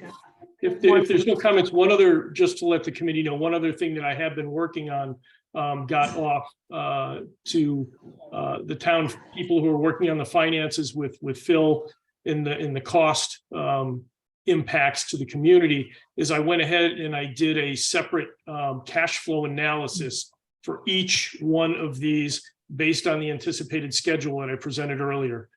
So I developed a detailed cash flow that showed how this, for option 1, 60,634,000, how that would be, and how we anticipate that money would be spent throughout the entire construction process, both design and construction. Did that for all 4. So they're utilizing that cash flow in developing bonding costs and financing costs for the projects. Great, thank you, Scott. Were there any questions from the committee about the breakdown and what Scott just shared with us regarding the cost? None in the room. Okay, great. All right, let's move on to the next item, community outreach schedule timeline. Phil, I think this was that slide. Yeah, that- I think so you sent us- Scott, go ahead. I was just gonna say, I think you sent us a slide that shows basically the future dates. of Yeah, the Scott's got all these on his schedule now. I think the important one, and it doesn't even matter what happens tonight as far as the concept plan goes. I think we should do one more full committee meeting just as a public presentation and do it the week of January 3rd, which would be the week prior to the committee deciding what project we're looking at on February 1st. That's my 2 cents. And I think that's what's in Scott's calendar. Did you say January 3rd? The week of January January 4th. 23rd. Okay. Yep. the week of- I'm like, those Maybe dates I did, don't my align. apologies. His brain is fried. Need more coffee. Oh, The week of January 23rd, I will enunciate. okay. I agree. Would that be our regular No. meeting, or you're saying a separate meeting? It'd be That's a in separate- between your two. That's in between you. That's the week in between your normal meeting cycle. So we'd meet on January 4, January 18, and then the week of the 23rd, you would have a final public input, fill out your survey if you wanted, and presentation, final answer questions, and then this committee would be identifying a project on February 1st. If you don't think we need it, we have enough community set, information here in the survey, then that's fine. If you do a concept plan, they're due when? The 13th They're of due the January. 13th, and the final draft to this committee would be due on the 18th. No, So that if would be you do the 13th, and the committee would review them formally on the 18th. On the 18th, which means you have a week and a half with your concept plan, or 2 weeks with your concept plan before you make a decision. So that's why I'm saying, in either way, you can just schedule it if you don't need it, because you don't have a concept plan, that's fine. You should maybe have one more formal, not the Phil Stevens Traveling Roadshow and whoever shows up, but the week of the 23rd, have a formal meeting where we are all around the table and everybody can have questions and answers and feedback. Okay. Yep, one in the room and one online. Okay, let's start with the one in the room. So that's me. I agree with Phil. I think I anticipated at some point we were gonna go from 2 meetings a month to weekly meetings. I'm not surprised by that. I think when we did research on what a school building committee looks like, and as you get closer to a project, that seemed to be typical. Correct me if I'm wrong, Scott. So I agree. Any additional time we can get to review information before this committee makes a decision that we should. And I will say from a town perspective, it's budget season, so there's meetings all the time, but that last week of the month, not always as busy as the rest of them until we get to February. So I think I support that. Thank you, Erica. Ralph? With respect to the concept plans, didn't the RFP allow for updating or revising those plans based on committee input? I just want to make sure that's factored in there. Yes, it did. The initial plans, Ralph, and we can discuss this more when we get to that topic, but the initial plans Okay. are due January 3rd, where you would discuss them with the architects at your meeting on January 4th. They would take those comments received and modify Okay. them and come back with updated drawings on the 13th. That's our All right, next item, so just hang I- tight. Hang tight. Scott's gonna go through those dates with us again on our next item. Thank you. So Anne?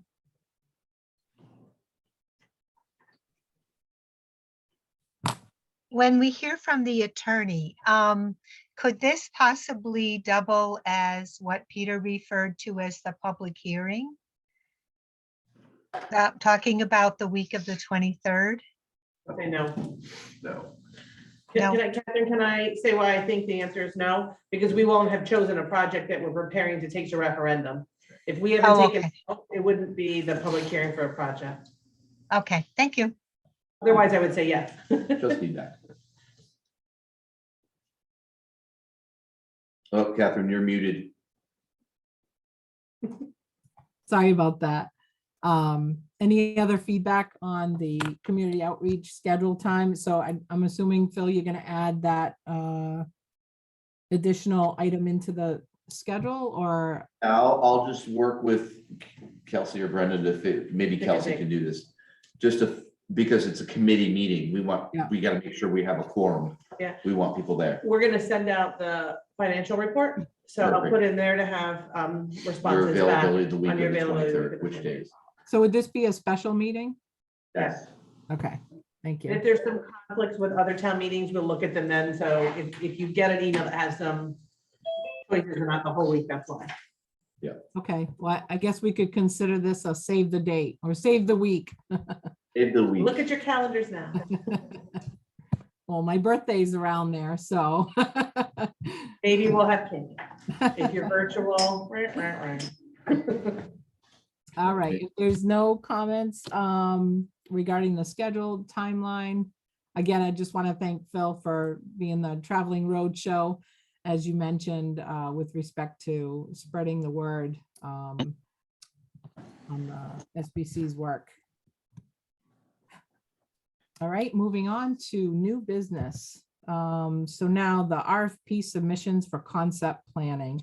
I just, before Scott takes over this, just a reminder for people that are on the phone that may or may not know what this is. This is a request that was made in one of our last meetings from our committee members to seek out some RFPs and qualifications from some architects to do additional concept planning for us. And this is on both options right now. I know sometimes it can get confusing as to why are you hiring an architect so soon? Well, this is just to help us further develop the concept plans for both options so that we can present hopefully a more complete idea of what each option would look like before the referendum. So with that, I'll turn that over to Scott for an update. And maybe you can address Ralph's comment earlier about the schedule. Sure, yeah, I can go back over that. So thank you, Catherine. So so we developed the RFP as you're aware. We received those this past Monday. As soon as the committee had authorized Colliers to put it on the street, I took the liberty, and Catherine can vouch for it because she got bombarded by emails. I sent it out to 11 different firms on behalf of the town and the building committee. It was publicly advertised. I did hear back from a number of architects that were interested, but unfortunately, this is a challenging time.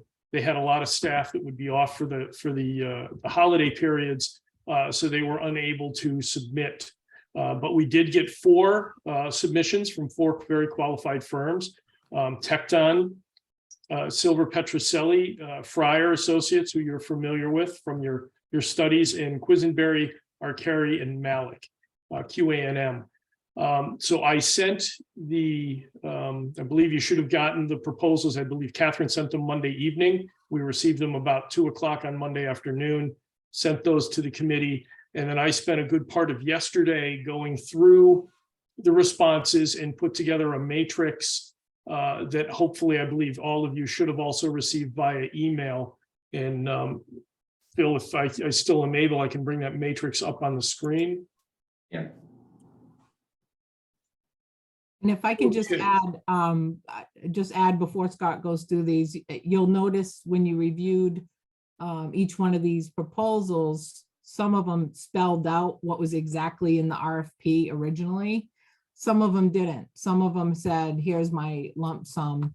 But just to be clear, everybody had the same RFP and they all have the same services in their number. So Scott put this matrix together in an attempt to basically show apples to apples, and this is how he broke it up. And I believe this was emailed to everybody, so. Correct. And so, you can see the 4 firms. It's interesting that they're alphabetically and also their proposals went up in alphabetical order, which was quite interesting. So Fryer Architects, they are the firm that performed your earlier studies. Again, the numbers that you see at the top here, these are the lump sum proposals to achieve all of the work associated with the RFQ, RFP.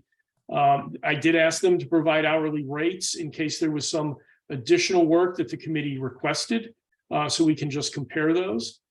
But again, this is to provide by January 3rd, one option for the new school and two options, a minimum of two options for the Hall Memorial School renovation.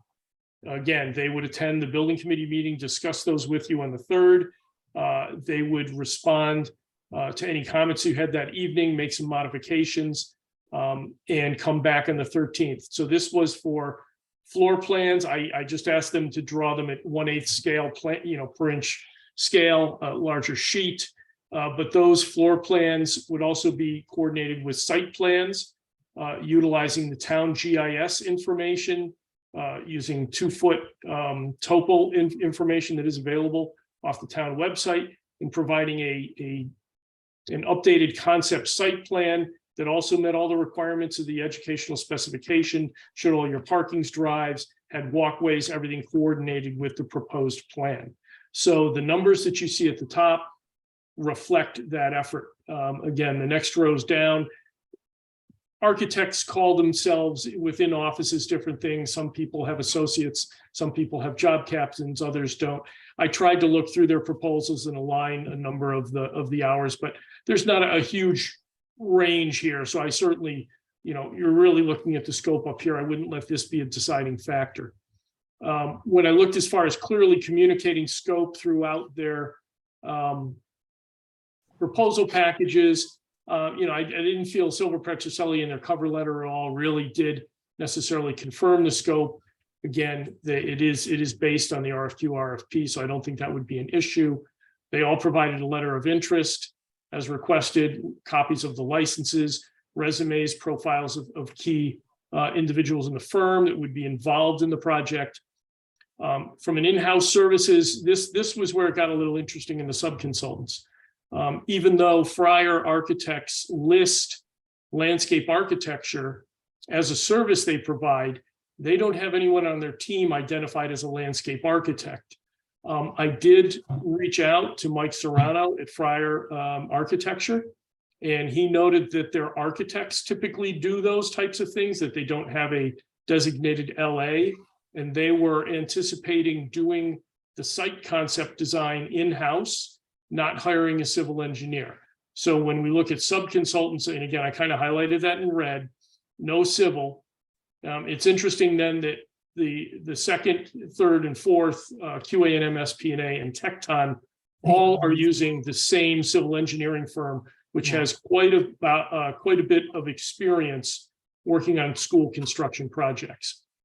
They all certainly met the minimum of 5 similar projects, a minimum of 2 alteration extension projects. All of them had equally that, if not more. From a historic preservation standpoint, Fryer demonstrated experience. The QA&M, along with Tecton, actually have architects that they highlight as specializing in historic preservation. All of the firms presented some historic work. I do think QA&M and Tecton had the largest resume as far as historic work in historic buildings. So that is my analysis. Again, it is a quality-based selection. That's the way the RFQ, RFP was written. So you certainly don't have to select the low. This is for professional service. So it is quality-based, based on their full submission of what they provided to you for their proposal. Thank you, Scott. And thank you for putting this matrix together for us. I know there's been a lot of information going to the committee this week, and I hope everyone had a chance to look at it and and get a sense of what the architect is going to be preparing and soliciting for these services. I just had a question. I know when this idea came up from the committee, I think there was a estimate that was shared with us of around $13,000. And I think that came from the Collier's in-house architects. We're seeing here a substantial difference from that original 13,000. Do you have a reason why? I know we added one piece of the scope, which is to have them evaluate the site civil. I don't think that was in your original 13,000, but is this what you'd expect for just adding that additional piece of scope? Yeah, that's correct. It was the additional site work, as well as the second option, providing two options for the Hall Memorial renovation. And I will say, after talking with Fryer and just looking at these fees for that, that amount of work, also doing changes, coming back, modifying it, their expense is going to be, a lot more. They're making an investment with you because this is a chance for them to get their feet in the door, show you what they can do. So, if the project, or when the project passes in referendum, that you'll have built up a slight relationship with them. They'll have had a chance to demonstrate what they can do. So, I got to think that, they're really going to put their best foot forward and really try and knock it out of the park for you. But, they're got a marketing investment. Certainly Fryer and QA&M, much more than Silver Petroselli and Tecton, are looking at it as an investment in their future to build a relationship with you. Thank you, Scott. And one more question before I go to Mike. Now, when we choose one of these, if we vote to choose one of these architects for the concept planning, does this preclude them from bidding on the next architectural engineering services for either a new building or an alteration? No, absolutely not. I mean, for example, your neighbors in Mansfield, they use TSKP in their pre-referendum services, and ultimately they hired TSKP. Separate RFQ went out. They re-interviewed all of them. In this case, for the limited scope of work that you're looking for, and again, based on our timeline, I felt that the qualifications and just proposal would be more than adequate for you guys to select. All of these architects are qualified. They do a lot of school work. I think any of the four would be more than capable of delivering, your desired plans. Great, thank you. Okay, Mike, you got the floor. Thank you. I spent time reviewing these, particularly the matrix. And I think despite those two red comments that Scott astutely put in there about the landscape architect and the civil, I still think this work is within Fryer's resume and is proven. So for the sake of discussion and them being the lowest price, I move that we engage Fryer Architects for the proposed project for the amount of $18,000 for the base fee plus $2,000 for contingency.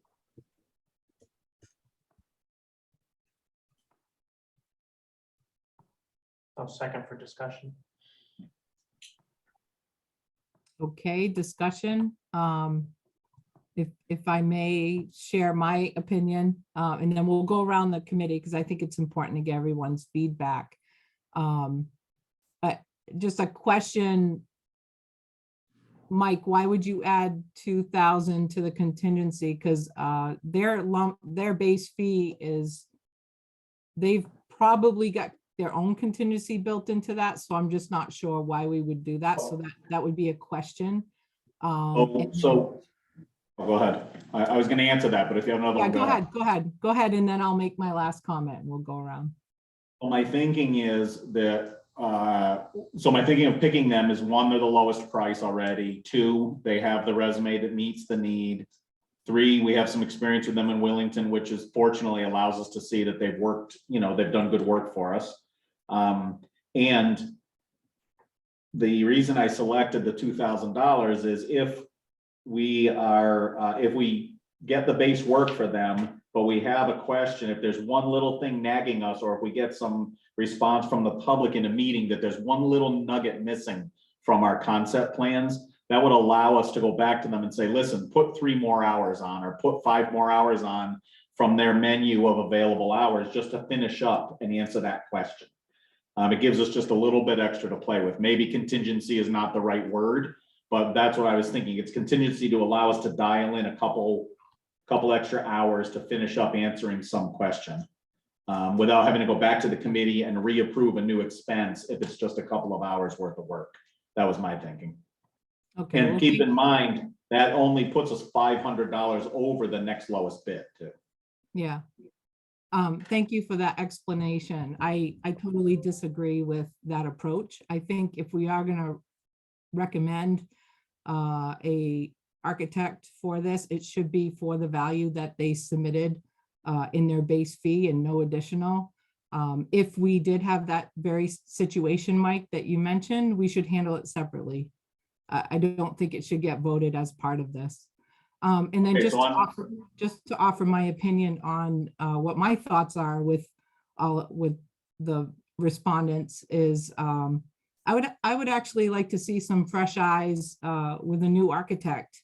And actually, I was pretty impressed with QA&M, their package, their submission, and the fact that they have a separate civil engineering firm that's going to take the look at the civil, which I think is one of the most important things, especially at Hall School. You know, we have a tight site over there and some varying grades. I think it's really going to be important for them to take that deep dive that we want them to on the site civil.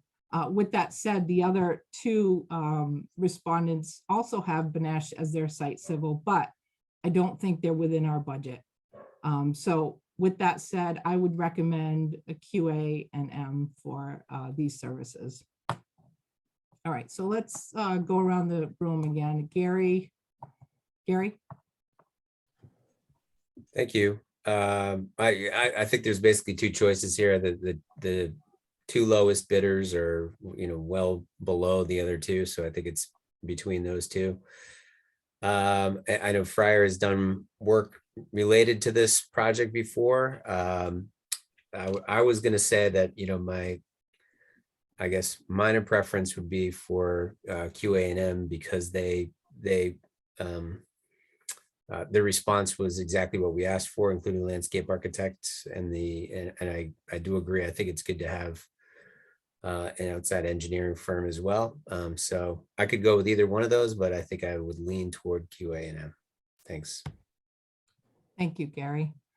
Who else had their hand up? I see the hand up in the room, but I'm not sure who that's for. I'm trying to make the process a little more efficient so that we're not all talking about Catherine. So there are some in the room, and I'll start. I actually, my question to this committee is, we're going to spend upwards of $20,000 if we choose one of the lower 2, Fryer, QA&M, for a document we're going to be using as basically a marketing tool that the public will look at for a week. And so we have to ask ourselves, what is our goal with this process? And did we push something through in the end that we're making a quick decision on, quick turnaround? We know there were multiple vendors who were not able to bid on it because of our tight time frame. Again, this is not our final plan, and we would have to be very clear to the public that this is not going to be the new school. They'll use some concept photos in his presentation where some committees have chosen to do a full concept design and make that part of their marketing. We're going to stick this in at the very end, and I hesitate to say that that $20,000 of the taxpayers' funds, non-reimbursable, is going to give us enough back for the for the cost. So I'm not in favor of this at all. All right, next person in the room, or Ralph, I think you had your hand up, Ralph. There's no one in the room that has their hand up. Okay. Well, I did, but I was assuming that you were going to poll every member of this committee for their thoughts on this. So since you called on me now, I will give you mine. I happen to agree with Catherine, and I think Gary touched on it as well. I think it's very important to have fresh eyes on this.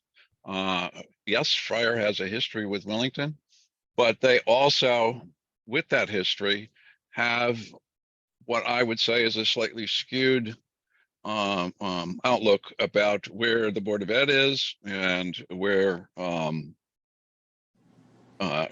this committee might be. And I would rather go with QA&M, partly because they do have a civil involved. Also, because they have a historic specialist on board. And when you're dealing with something like Hall School, I think that's essential. I would easily support QA&M. As far as Erica's thoughts about spending 0.03% of the school cost to do a bit of marketing is not a waste of money. 20,000 out of 60 million, it's 0.03%. It's insignificant. I think we're not doing our due diligence if we do not do this. Thank you, Ralph. Why don't we go to Ann next? I have thoughts similar to Erica's in terms of, is this money well spent? I'm hoping that maybe I also am supporting QA&M. And my reasons are, number one, the civil engineering, I'm hoping that maybe we'll glean something else with the way they look at it, and would it work on the land and all of that type of thing, that we may get some new information by that, I'm hoping. I also like the idea that they have the landscape architect, because I think that's also part of how is it going to fit on the land? Will it work? And then also that I agree with Ralph that it's good that they have that historic specialist on staff. I do have a point of clarification. Why did we request 2 for Hall? I don't remember the reasoning behind that. There was, thank you, Ann, Scott from Colliers. Yeah. There was a request to try and get multiple options for Hall, I believe by one or more committee members. So I think it makes sense. I don't think it made sense to get 2 new concepts done again, because that's really just a test of the site. How does a new school lay out on that site? But because there are, out of the box thinking new variations of what you might be able to do with Hall, and I'm not even gonna, I've got some thoughts on it, but I'm not even gonna throw it out here because I don't want to taint anyone. That I do believe it made sense to ask for them for at least as a starting point, a minimum of 2 to get to you by January 3rd. Okay, good. So then I do think it's really important that that historic person is on staff to be able to contribute to that. So those are my thoughts. Thank you, Ann. We'll go to Brianna next and then Chris. So I think I'm behind in a step a little bit. The purpose of these concept plans is to make something to use as a marketing tool. Is there another value, another purpose? I personally see this as, can it be done? It's really a test fit, especially at Hall, right? I think most of us know that we can successfully build a new school, new site, new fields on a new site, right? I think we're all pretty confident that that can be done with the proposed site. But at Hall, there's still some questions that need to be answered.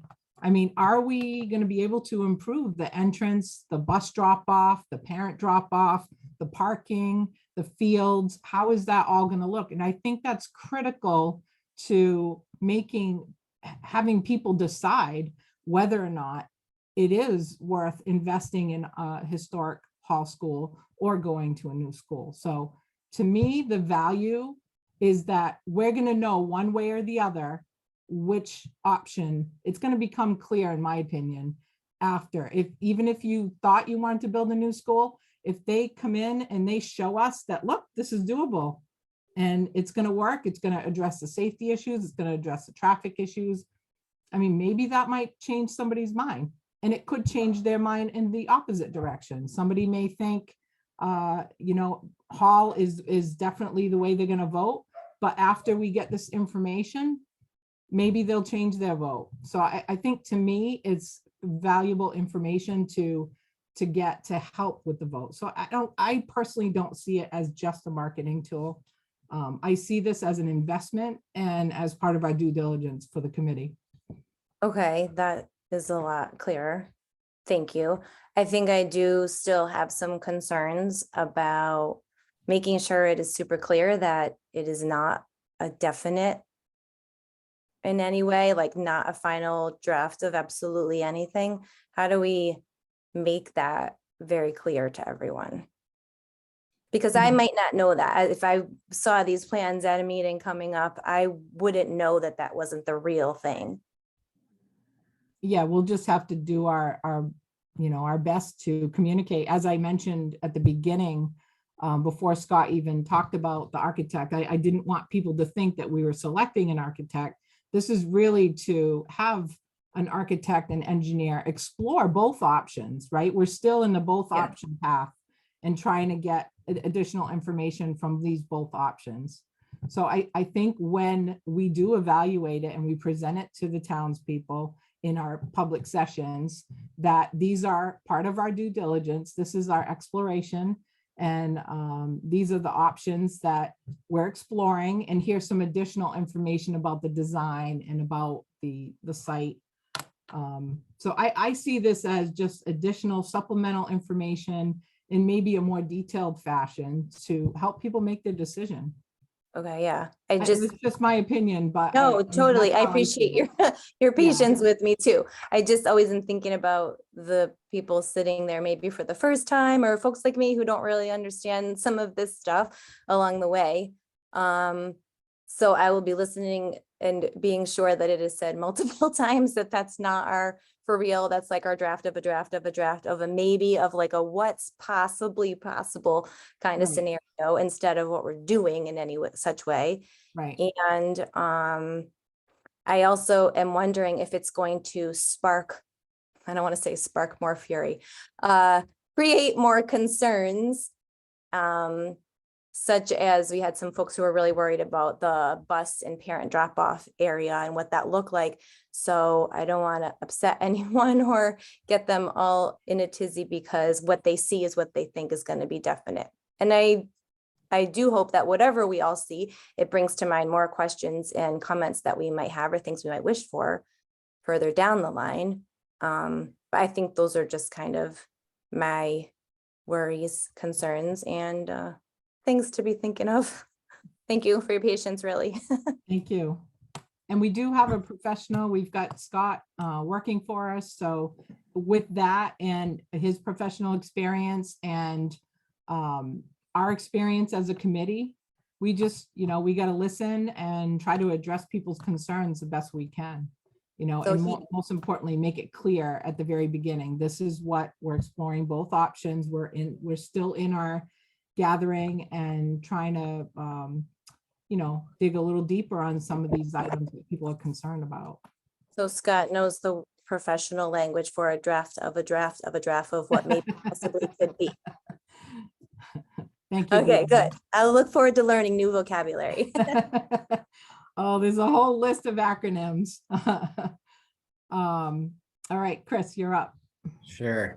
My first thought was I was a little concerned about our current budget, and that being approximately a fifth of the budget. I don't know what's coming down the pike. I don't know what to think about moving forward if we need other funding for other issues. But under the, you know, as we've talked under this umbrella of due diligence, I do think, you know, the value is there in terms of assisting us and community members to identify what they might support and what they might not support.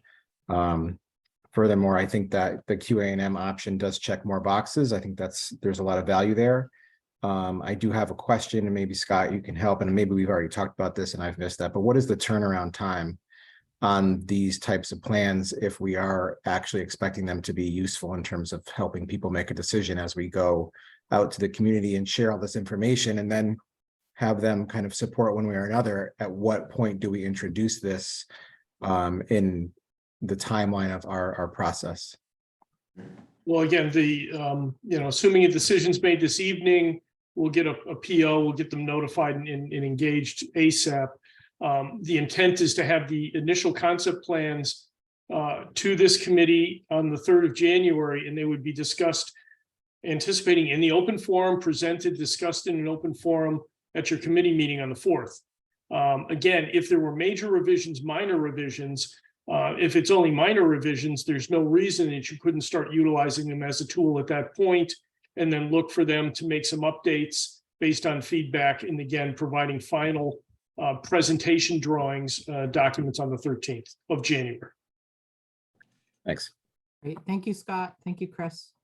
And I think we haven't heard from Phil yet, and we haven't heard from Justin. So you're both in the room, so you can duke it out, whoever wants to go first. So I can go. I'm struggling with the price tags on this for using our money in a good way. At the same time, I do want to see what can be done with Hall School more than anything.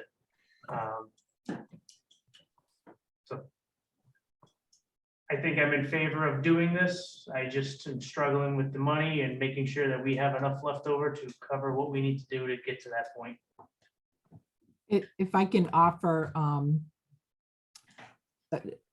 my thinking on as far as the budget goes, so we just got an additional 100,000 in our budget, and we have roughly January, February, March, April of really solid work that we have to do. And we've tackled a lot of stuff. We've done the environmental studies. We've done the appraisals. We have one more appraisal to do. We've got a little bit of legal fees. We've got the postcard coming up. So I don't see a huge list of items in the forecast that we couldn't work within the current budget that we have. So that's, analysis wise, that's how I'm sort of justifying it from a cost perspective, in addition to everything I said earlier about finding value into going through this exercise. But Justin, if you wouldn't mind, who do you support on if you were to vote for one of these architectural firms? Obviously, one of the lower ones. I can kind of go either way with either one. I like that QA&M has the civil portion of it, so I am interested in that. But long story short, I am interested in what they will do with Hall School more than the new. Great, thank you. Oh, Peter, I forgot about you, Peter. I just saw you in the video. Why don't you go next? Thank you, Justin. I did spend some time on this. I'm very familiar with Fryer from many school projects. They certainly have a strong reputation in that area. So I agree with Mike on that. But I agree more with Catherine that I think a fresh perspective would be good. I do have a question for Scott and Catherine, because you guys both know these firms very well. I don't know all of them. I know Fryer very well. His QA&M mentions this Kent McCoy, historic specialist. That kind of jumped out at me because I think what Ralph has been talking about with the Hall School option and the legacy there and how it's a part of our town is important in terms of what that project could represent. Is that something more that they're offering that I don't understand fully, or are they all equal, Scott, in terms of their capability of working and reconfiguring historic structure into a new campus? Well, in my opinion, looking at the information provided, I think the two strongest firms was QA&M and Tech Time, as far as what was presented, as far as staff that focus on historic preservation projects and their resume and the projects presented within their qualification package. All of them have worked in historic structures, maintaining or renovating historic structures. But I did feel that those two, based on their presentation packages, were the strongest. Okay. That's helpful. I would opt for QA&M. And I also want to add that I think this is very important to do. I think it's, as Catherine said very well, it's important for the town people to understand what each project is.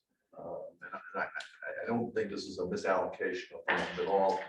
And I strongly dislike the term marketing tool. I don't want to market anything. I want people to understand what it is and then tell us what they think. I don't want to sell anything. I don't like that approach. It's interesting, over the election season, I got to see a lot of voters and got a lot of feedback on this question. And it was difficult to answer single questions about such a complex topic. I kind of agree with Mike. I kind of referred them to come to our meeting or go to our website. But one of the things I did experience was that a large number of people believe they get to choose in the referendum which project we're going to do. And I did jump in there and I said, no. Our committee does that. That's the purpose of our committee. And that seemed upsetting, and I don't think people understand that they need to understand both projects. And that's why I like doing this, and then tell us what they think. So we can take that feedback and make an intelligent decision as a committee. I don't think it helps that to be perfectly candid, most of our time has been devoted to a new school and a new site. Even the most casual observer of this committee would say that. There hasn't been a balance. Ralph has championed the Hall School project, and I think that's why it even exists.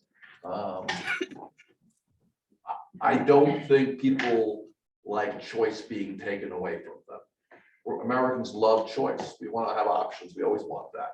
Our committee always wants that. So I think it's important that we present these projects to the community so they can see what both possibilities are, and that we're going to consider both of them equally. And I'm not optimistic, but I'm hopeful that we do. Thank you. Thank you, Peter. And just for clarification, the option where people are going to choose from the public, we're going to gather their feedback, right? We're getting all the community outreach presentations out there. We're accepting questions and answers from people and getting their feedback of, what are the pros and cons of each option. The survey, I think, is going to be really a good opportunity for the townspeople to express their thoughts about which option they want to choose. But ultimately, it is our charge as part of the committee. We're committee members. We have to cast that final vote, but we're not going to do it in a vacuum. We're going to do it with community input. So while they don't get the final say, Peter, they will have an opportunity to offer their feedback and have opportunity to fill out the survey and provide what they would vote for if they were to vote. But ultimately, it's going to be our charge to recommend to the Board of Selectmen which project we want to move forward with. Mike McCoo has his hand up. Oh, and one more thing. I just wanted to comment earlier. Peter, you mentioned that Scott and I were very familiar with these architects. Probably more Scott more than myself. I have not worked with either one of these. I've heard their name and I know they're very qualified architects, but I have not worked with any of them. I wouldn't even know who to call from each one of these architects. So I really reviewed their qualifications with an unbiased approach. And that's where I expressed my opinion earlier. So to Mike, let's go to Mike. It sounds to me like there probably isn't support for this motion. I think we should either get to voting on it. So if it votes down, we can move to the next motion, or if the consensus is there isn't support for it, I could just withdraw it. Just want to keep us moving. I would recommend, this is again, my opinion, I would recommend withdrawing the motion if that's how you feel. And I would like to make a new motion if that does happen. We have an ended comment. I did put my hand up, so if I may, I want to make a couple of points. One, I think we need to be careful, Catherine, when we talk about, the question was why we would do this. And to say we're looking to see if this would actually fit into Hall School. We hired a very competent owner's project manager who is an architect. We know it can fit. We're looking for more. While I don't support it at this stage, because we've decided at the end to add something on, I think this was something I would have supported in the beginning, but as a committee, we didn't go this route, right? So I want to be clear and why I don't support that, but that we should be clear that our owner's project manager is an architect. This is something he does. The test fit that he put is not I hope it will fit. It can fit. And I think we need to recognize that and recognize the professional that we have before us. That's really important. And, to Peter's comment, I disagree that we've spent more unbalanced time on one or the other. There are different things we need to do in order to bring two projects forward to the public. And some had additional steps because it's on an existing building or an existing site. So we have to go down two paths and they have different steps involved. And I don't think there's anyone on this committee that has argued or fought against Hall School. We've all been in lockstep that we have two projects that we want to hear from the public on. And so I think it's important for the public to hear that as well, that it may appear to some that we have spent more time. There were additional steps that need to be done in order to bring a full project proposal to the public. Thank you, Erica. And if I may just clarify my comment earlier, I completely agree with you with respect to the fact that Scott is here and he has valuable experience as an architect. And I have no doubts that the program within our ed specs is going to fit at Hall School. My biggest concern is the site portion of it, the fields, how everything's going to work logistically. I really think that's a huge part of this project, and safety, traffic, security, keeping our students safe, getting them in and out of the building is critical to me. And so that's the piece that Point of order, Catherine, I'm sorry to interrupt you, but we're really not talking about the motion that's on the floor. We're way off of the motion, and I think we should resolve that motion. Okay, what do you want to do? So I'm going to withdraw it. Okay. And now we've resolved that motion. Okay, motion is withdrawal. All right, I'd like to make a new motion to move forward with the RFP received from QA&M in the amount that was proposed at $19,500 for concept planning for both options. I'll second that. All right, any additional discussion on this motion? Gary? I just wanted to say one quick thing. In my recollection and reading the minutes, I wasn't at the last meeting, is that we've already addressed that we're going to do this. At first I wasn't sure whether I thought this was a good idea. I voted against it, if you recall, but since the committee wanted to do it, felt it was important to have these concepts, I think we have to go from there because we've already kind of made that decision. So given that, I'll be supporting this motion moving forward. Thanks. Thank you, Gary. If I may, Catherine? Yep, go ahead, Erica. That we didn't decide. We agreed to put an RFP out on the street. We didn't agree to the process. So I just want to be clear that we all have an individual choice as to whether or not we saw. And I think we talked about what the cost was going to be. We had no idea what it was going to be. So to agree we were moving forward with it, we agreed to put the RFP out on the street. I mean, so If Yeah. I may, I don't think you do that if you don't, I don't think you put it out if you're not interested in doing something, but I'll just leave it there. Thank you. Thank you. Any other comments regarding this motion before we take a vote? Okay, let's take a vote. Let's do a roll call vote. We'll start with you, Erica. no, Mike, Yes. Peter, Yes. Justin, Yes. Ralph, Aye. sorry, I'm trying to take notes. Gary, Yes. Brianna, Yes. Chris, Yes. Anne, Yes. and then I am a yes. So motion carries. We've got fine. 9 yeses, 1 no. So motion carries. All right, thank you. Well, let's move on to the next item. So this next item is for attorney's fees. This one's pretty simple. I'd like to make a motion to approve $5,000 for future legal fees to support the tasks of the SBC. And part of the reason for this motion is so that we don't have to keep coming to the committee every meeting for each time that we need to use legal fees.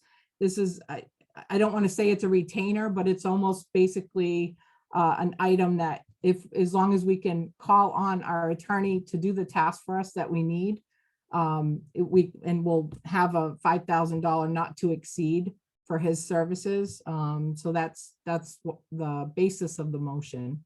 So I have a motion on the table for a first motion. Is there a second? I seconded it. Oh, sorry. I have a second before discussion. All right, and discussion, please. Erica? Would you consider a friendly amendment to increase that to 10,000? And my reason being is that these are items that are reimbursable with the project. And as we go through, we may or may not need more. So I think it's important to just put aside and budget, hopefully a realistic number of what we'll need for potential fees. It's not included in the project. This is separate. And so I would encourage us to make that 10,000. We saw how quickly we went through 5,000. Can I hear from the rest of the committee before we go forward with that friendly amendment? Well, she's I'm asking, asking if you you consider- made the motion, so Right. you have to say if you accept the friendly amendment or not, and I'll say if I accept it as the second. All right, I'll accept the friendly amendment to go from 5,000 to 10,000. I'll second that for discussion. Thank you. All right, discussion, Anne? Even though we've already increased it, I just wanted to get Scott's opinion. Scott, do you think that we need the 5 or the 10? Looking forward? Well, this will For be- the attorney's fees, I mean, there will be expenses, but I mean, it's hard for me to comment on that, but the amount, but there will be expenses that need to be covered. Okay, thank you. It doesn't mean we'll spend the entire 10,000. This is really just so that we don't keep having to come to the board with every line item. Okay, thank you. Gary, did you have your hand up? No, is there someone in the room that has their hand up? Mike? Mike McCoo. I hope that we don't spend the 10, but I think probably one of the things that's prudent about it is it'll create an encumbrance on our budget, which will also be sort of a flag as we're looking out across our remaining 100,000, that we have this, the thing we just voted on a minute ago, and now we have this 10,000 shown potentially as an encumbrance or a budget item, which will keep us from spending it on something else. Agreed. Ralph? My question is, any expenditures out of this 10,000, is that still going to be run past this committee? Or is this like a discretionary fund for the chairperson to spend on legitimate legal expenses? the letter. Okay, I just want to make sure that was clear. So none of those expenses would not need to come back before this committee, Correct. assuming that they're all legit, of course. I don't want you taking a trip to Tahiti or something. The only time it would have to come back, I is think if- that's inappropriate. Can I make a comment, Catherine? Right. the only I- time we'd have to come back, Ralph, is if we go over that 10,000. Thank you. Can I- Go ahead, Phil. Catherine, can I make a comment? I think that just there is a caveat to that. Yes, you can consult an attorney, but if we come up with, we know if we move forward with a land purchase, that we're going to have to use those funds, that would just come back here anyways. And we would just say, we're gonna get the attorney, and that would come out of that pool of money. That wouldn't be an additional, just for people that might not understand that. Right. And If I think that if we did entertain that actual document would have to come back to the committee for input. Right. Yeah, not just the fees, but the actual document. All right, so we have a motion, we have a second, and a discussion. If there's no other discussion, we can take a vote. Peter So has I'll- his hand up. I Who just does? want to make a comment and I express my, Peter? I just want to make a comment really. I'll call disappointment that there would be so much criticism of actually spending money on concept plans for civil engineers and landscape designers and people who are adding tangible, concrete meat to our project. But it's easy to spend $10,000 on attorneys. That's always okay. So I disagree with this. I'd be happier with the 5,000. Don't support this at all. I mean, I think we'd be naive, if I may, Catherine, to think that we don't actually need to consult an attorney. So Peter, if there's something before us and you think it, deserves an attorney look, and my response to you were, no, I'm not going to do that because it's not a tangible item. Is that a realistic stance for us to take? There are going to be some things that need to be done, and it's not part of the project. It is not built into the project cost. So we need to budget for it. We need to be realistic about what it costs. We've already spent close to $5,000 and we don't have a piece of land secured. So if that's the direction the town goes in, we know we have to spend some money. We need to properly budget for it. I hope we don't have to spend $1 on legal fees, but it's the world we live in. Justin has his hand up, Catherine. So Thank you. just as Justin? so if this is just hypothetically thinking for what those fees could also be used for, if we went through with a renovation for Hall School, does that deed need to be amended before we go to the, Possible. so that would be under that 10,000? Yep. I wasn't even thinking of that. And that's, I mean, it's They said they were It's, willing to do the legal process to change it. right. And quite honestly, I mean, this is a totally different topic, but I don't know that would come from us. But yes, we could incur legal fees according to that. That would be something that the Hall Foundation would have to actually agree to, So I'm just not sure who would initiate that, but yes, there would be some legal fees associated. We got back to the opinions thing. I don't know what the conversation. I know, sorry. I'll get in trouble. All right, so let's take a vote. We'll do a roll call vote. All right, so we'll start with, I'm gonna go in the same order. Erica? I'm sorry, you were broken up. Yes. Yes, okay. Mike? Yes. Peter? Hey, Justin? Yes. Ralph? Aye. Gary? Yes. Brianna? Yes. Chris? Yes. Anne? Yes, And I am a yes as well. So motion carries. Thank you all. Next item is the capital improvement plan funding request 2023-2024. I believe this was a Phil item. Yeah, so I can't vote, but I'm gonna make a motion that you flip-flop in your business right now, items in new business, that you flip-flop items C and D.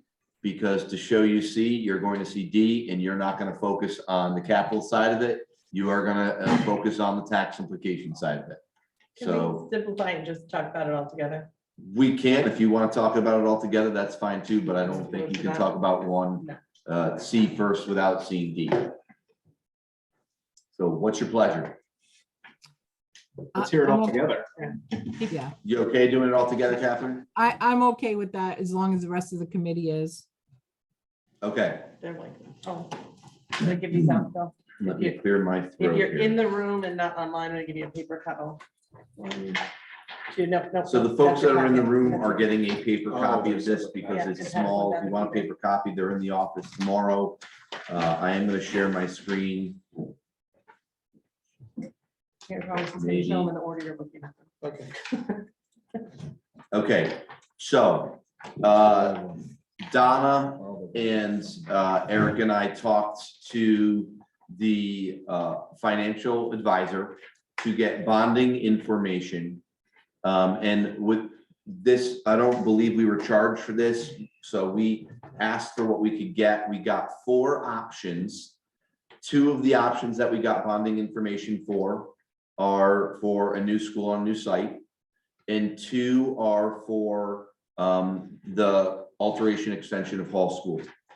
I will go through this, and what I'm going to tell you is the purpose of the 4 is so we could see a balance of what the cheapest option to the most expensive option is.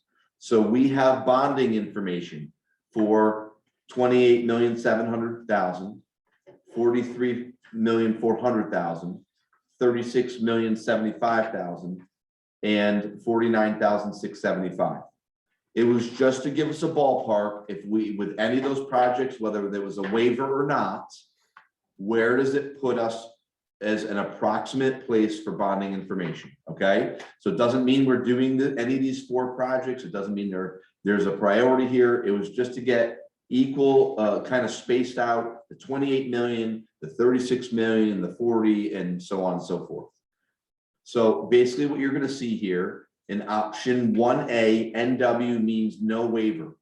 All right, it's just so you can look at when in Scott's grid, you know what we're talking about. Not that it matters. The bond would be $43,400,000. We had to make some assumptions to do this.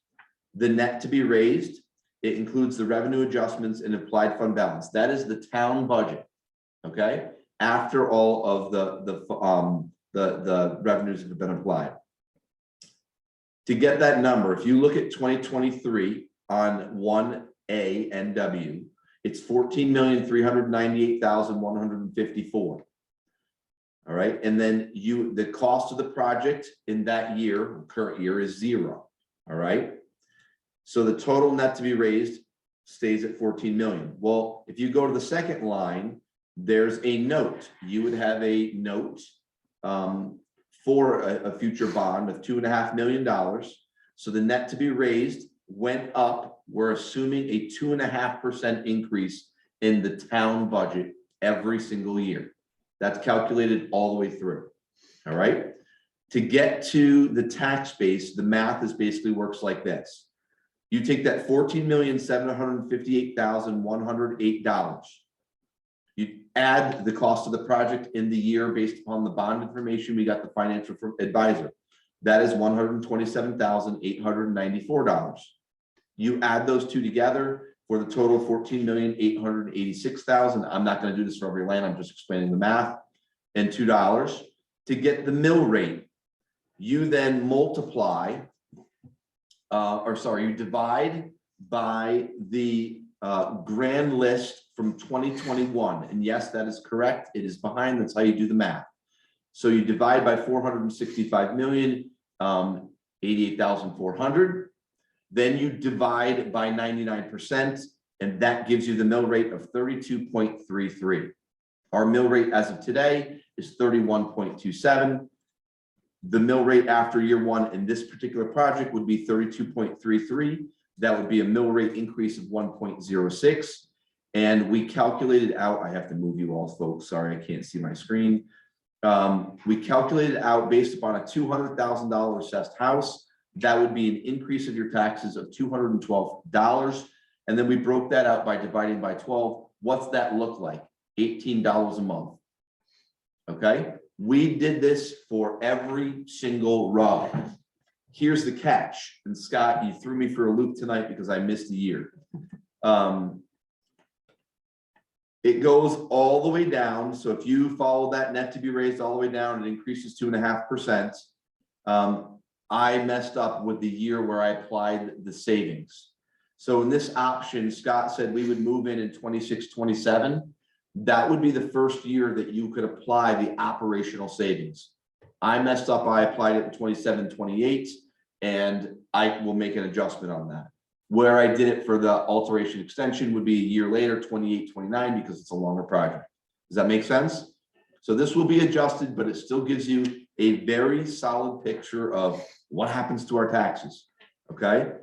So when you look at the 27, 28 year here, the bond line 15, basically what happens is you take that 15,892,868, you multiply by 2.5% again to get the increase, you add it to that number, and then you subtract the $500,000 savings. That's why it goes to 15,790,000. Are you with me?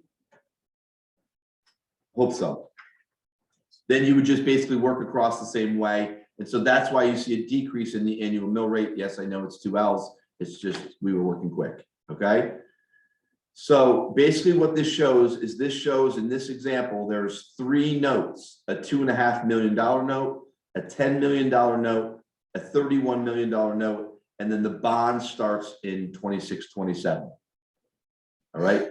Is there only 3 years of bonding? Absolutely not. Obviously, you know, it's a 30-year bond. It's just, we only showed you about 6 years. Okay, does that make sense? The highest costs for your projects are always in your first years.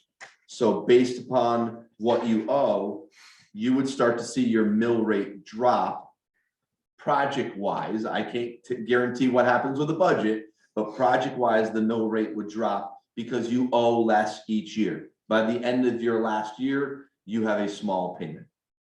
Okay? Now, here's something important to know, is that it costs money to issue a note, and it costs money to issue a bond. So when you have 3 notes there, you see the note, the estimated cost for issuance of a bond of a note is between $35,000 and $45,000. That is per note. The cost to issue the bond is between $75,000 and $85,000. That is a one-time fee. So the cost that is not built into Scott's numbers, and it is not reimbursable, is the cost of your notes and your bonds. Okay, so that means, looking at this example, you're spending, and I'll use the loan number for you, 35,000 times 3, you're at $105,000. Plus, we'll use the $75,000. You're looking at $180,000 just for your notes and your bonding for this project. For the fees. For the fees that needs to be added to the town's budget to do the project. It is not in the project cost. Why? Because it's not reimbursable. And Phil, it's not. It's it's- overall the cost of the project. It's still a cost. It is a cost of the project, yes, but it isn't included in the package that goes to the state because none of it's reimbursable. But Phil, is it included, Phil, question, is it included in these numbers to be raised, net to be raised? We need a different. So when this is what, yes, well, when you do the net to be raised and you're adding this 127 in, now we're working on this 14,886,000. It's always added in. And the reason you see the big jump in the mill rate on this example, on this project, from 36 to 43 is because that's the first year of the bond, and you go from owing 1.4 million to 4. Okay. So just to be clear, even though you said it's not in the total cost of the project, the fees for the bonds or the notes are not included in the construction project. it is included in this analysis that you're doing here. Is that correct? No, well, it's, yes, Yeah. let me clarify. The fees, what we're going to do to calculate the mill rate, you have to include it in. Okay, Where it's not is it's gotta be in the town budget. It's not in the bond of 43,400,000. okay. Well, I Those think in these it's- numbers, it's just in a different place. yeah, I not just as think it's Scott- important, if we're sharing this mill rate information to the townspeople and they want to know how much it's going to increase their taxes, we should be including the costs of any notes in this analysis for this It's exercise. in there. It's It in is. there. It's in there. Okay, all right. Yes. I It's in there just because wanted it's to the bond. clarify. It's the bond, and, well, no, it's not in there. If you're talking about the 35,000 and the 75,000, Yes, it's not in there. We need to put in as part of the project. But it would be part of the budget. That's not factored into the bond. You have to, Right, but the question is it anywhere on this sheet of Right. paper? But that. Is it in the town budget if- portion? Or are those fees not in this, on this paper at all? so here's why I'm sharing this. Is you can do notes and bonds any way you want. All right, so this example has 3 notes in a bond payment. Okay, If you wanted to do no notes and 2 bond payments, you could do that. If you wanted to do 3 bonds, you could do 3 so the bonds. fees are not on this paper. They're not on here. Okay. You would have to add that We need Got to- it, into the budget, but got it. it doesn't make a lot of sense to do that because you don't know if you're gonna do 2 bonds for 150,000, or if you're gonna do, the last example is gonna have 5 bonds in it, or 5 notes in the bond. yeah, I think, Phil, I think this is a good exercise to go through. I think if we could get sort of an example, and what you've done here is you've split it down the middle with 3 notes, 3 bonds. So maybe that is our example where we include the cost of the fees in there. And then it reflects a more accurate impact to people's town taxes. I do have another question in it. Can I make a quick comment, Catherine? Go ahead. We used an assumption, and we took the 2021 grand list, which is the number that's used in the 2022-23 budget, right? So we used an assumption that that is not going to change. We know it's not likely to remain completely flat, but we use that assumption. So the argument could be made that it's negligible, you know, a $465 million grand list, that not including those numbers, it's negligible in there, right? That they were likely to go up $100,000 on a 465,000. So it is part of the project cost though. No matter which bucket of money it's put in, the town budget or the bond, it is part of the project that we're trying to give people a sense of. And when we move forward with this conversation with the townspeople, it's important that we say, these are not real numbers. These are merely estimations based on some assumptions Right, that estimate, were made. yeah. So So- $35,000 in each of those years as an application does not change this number really anyway, because the $35,000 fee in, say, note year 1 is of so little impact across the budget that it doesn't really change these numbers. I could have $100,000 increase in my Board of Ed budget or $100,000 decrease. We don't know any of those things. That's why we just made an assumption of 2.5%.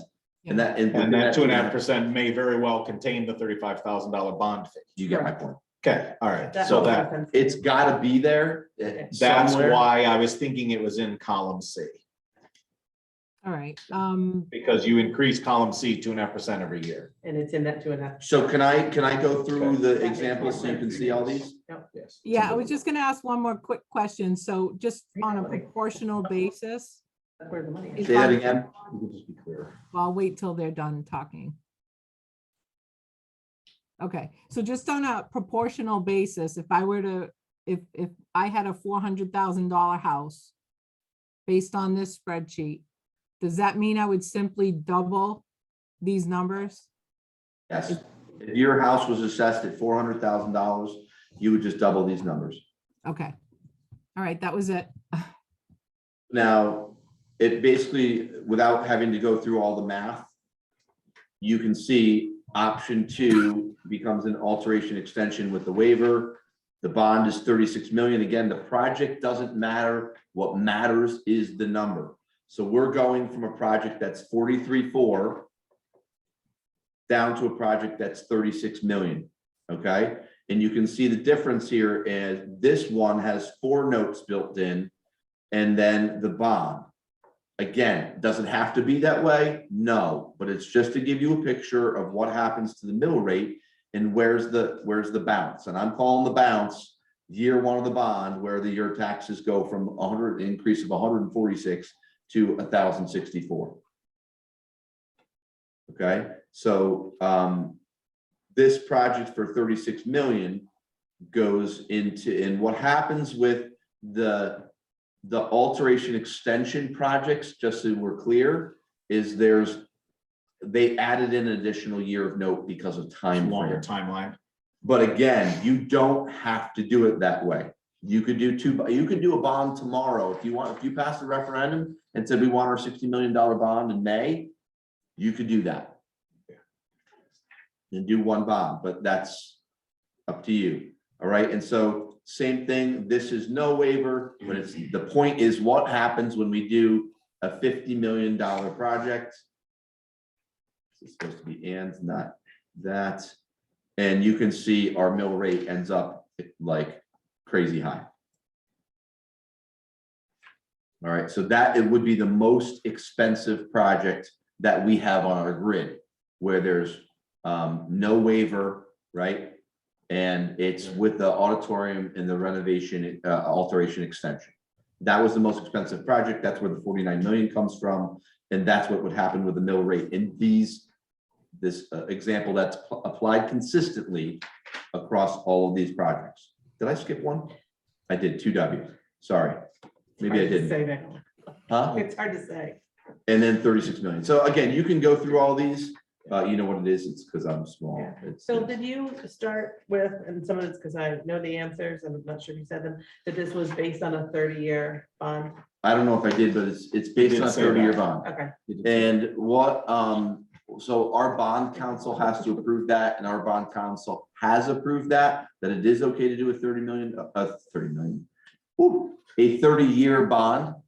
I have a question out to OSCGR because I asked, are they okay if we do a 30-year bond? And so far our financial advisor says, what do they care?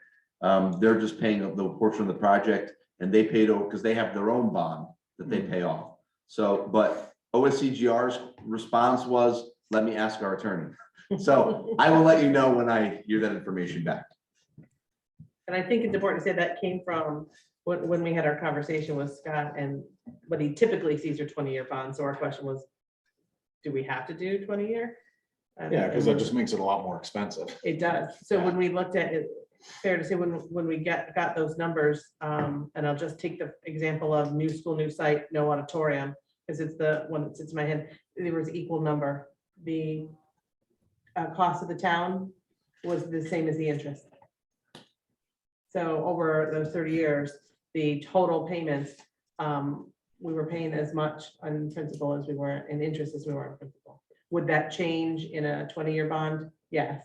But what would the payments each year look like? Which is why we might Right, need you to have a ask for a steeper, 20 you have a Yeah. steeper increase with a 20-year bond Yeah. because you're paying it faster. Yes. Yeah. So And So Phil, and on does the this- end, say, Sorry, Go ahead. Phil, does this wrap up your, do you have some more to share? with No, us? that's the 4 of them. And the last thing I was gonna say is, when Kelsey sends out her all the emails and comments tomorrow, I'll make sure that this is in there. So you have the people that everybody will have an email version of this. But I Okay. do want to clean up the years, and Scott, I just want to nod from you. It is 26, a move-in date for a new building, new site 26, and alteration extension would be move-in date of fall of 27, and the auditorium would be 28. Thumbs up, thank you. I will make the adjustment across what you've seen tonight, just so when you get it, you can see what it would, these examples are consistent. Thank you, Phil. We do have a question. Chris, go ahead. no sense. Not so much a question, just when, Phil, when you were sharing that, I didn't really get a good look at option 1 with a waiver. I don't think it was on the screen for a good chunk of time, but if you're sharing it for us later, then we can look at it then. I just wanted to make that note. Thank you. Brianna, did you have a question? No, Thanks. thank you, Chris. Peter does in the room. Who does? Peter. Peter. Okay, go ahead, Peter. Yeah, really a question to Phil. I'm assuming that there's a schedule of this. This shows the first 6 years. Right. But somewhere there's a full schedule for 20 yeah. years. Yeah. And you can start at the top, go to the bottom, figure out the compounding and know where you end up. Absolutely. Yeah. So you That's can, what I want. But So- these are lots of options, so. yeah, so this is, and Catherine, I think this is, Peter has a point that And I I'm think just is looking important. at it like a simple homeowner.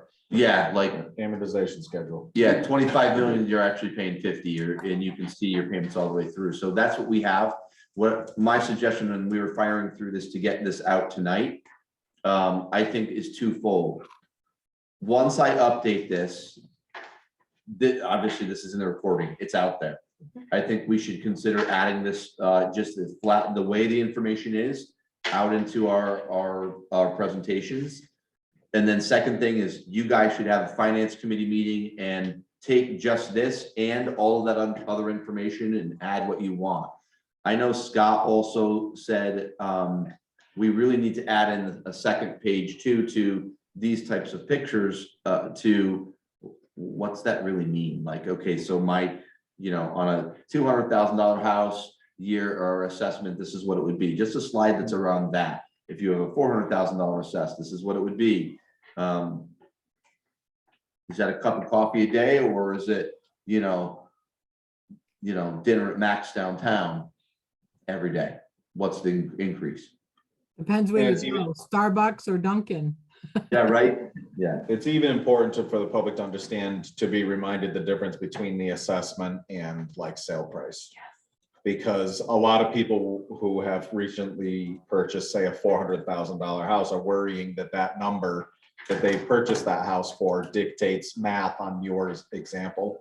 And that's just not necessarily the case. The assessment, first of all, is not the sale value. The assessment is not your appraisal value.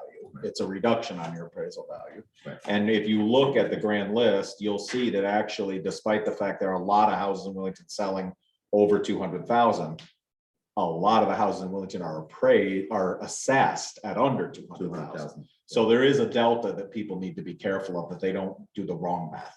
Agreed. Yes. And we can put that on That'd be a this. good footnote. It is, Yeah. yes. Yeah. And it's, Assessed house, assessed right, house. and it's Yeah. because we do a rebuild every 5 years. And so that number stays. And that regardless shakes of up the sale. bucket of numbers Yes. also. Yes. Phil, does this wrap up your presentation, and are you prepared to move on to the next? Yeah, so the CIP, Captain, I can answer the CIP thing now. Okay, Sorry, I'm just gonna go back to sharing my screen because it'll help you. So we were asking and Scott did the cash flows and how much do we need to ask CIP for? And you need to vote on this tonight because it's gotta be submitted to them. How much should we ask CIP for 23-24 in year one? And I think the answer is the cost of a note. If you want to do a cost of a bond, you can, but I'm assuming you don't want to do a bond in the first year. So I would say the cost of a note plus the cost of the project in that year. So if you look at option 1A NW, in line 11, it says $127,894. You would be getting a $2.5 million note. That's what we'd be asking for. It would cost you $127,894 plus the fee. And that would be the note. And I'd do the higher end of that. So, and remember this would be the cost of the note is not reimbursable, but the $127,000 does fall into the recent reimbursable category.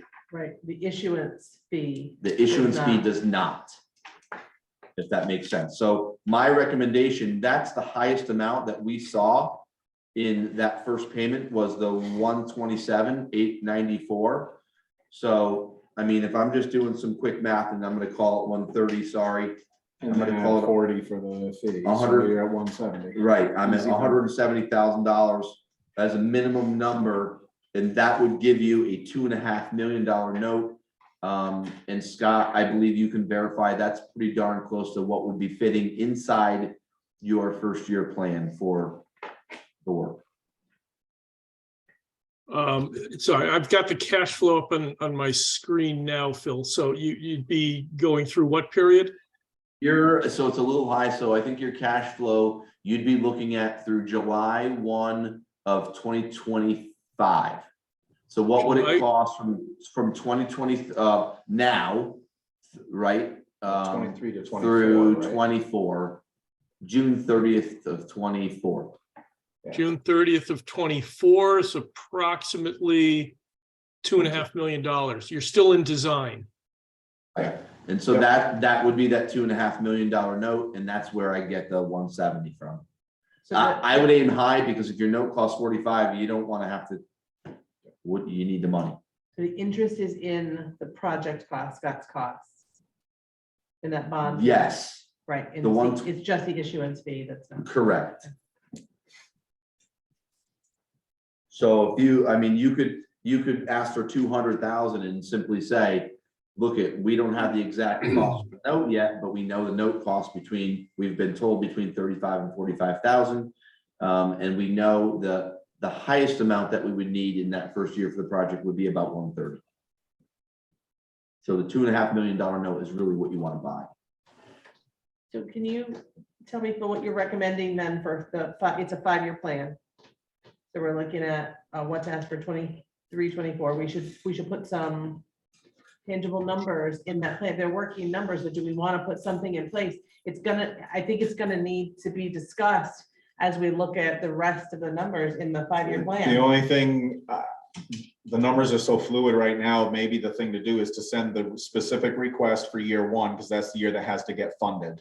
And then say, we can't yet define year 2 through 5, but here are our charts. Here's what we're Maybe they working. can make a recommendation as a finance And then committee. let Or CIP, the finance.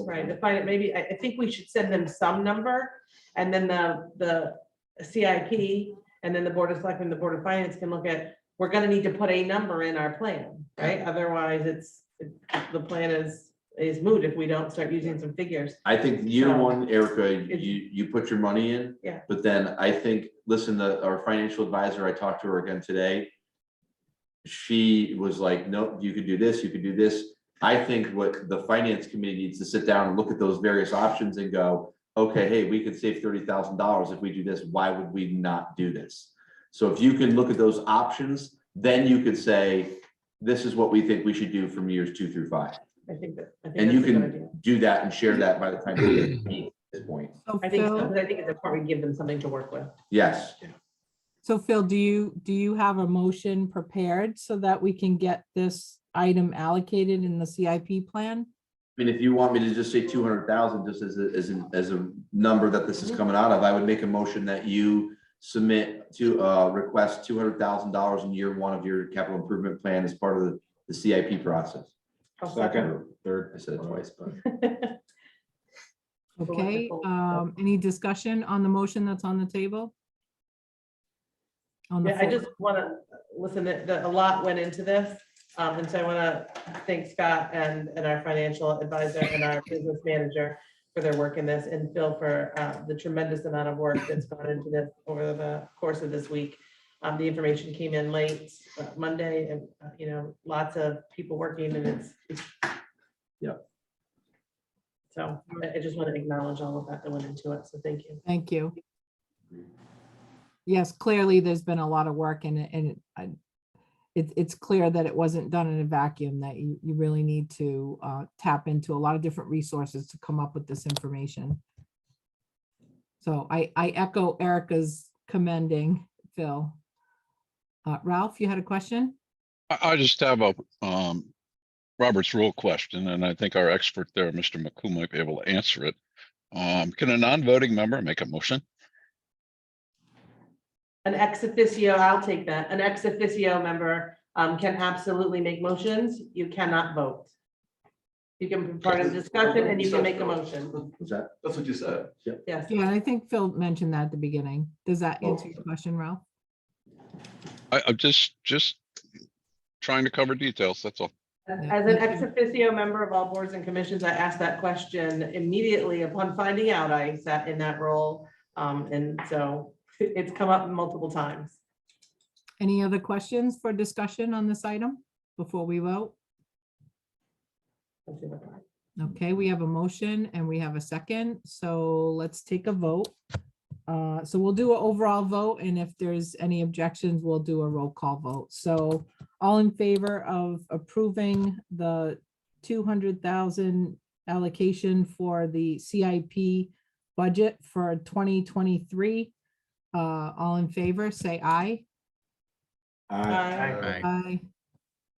Does everybody get their hand up in the room? I can't see. Everyone in the Okay. room said yes. Okay, Justin too. I can't see Justin. Yes. Pete has voted twice.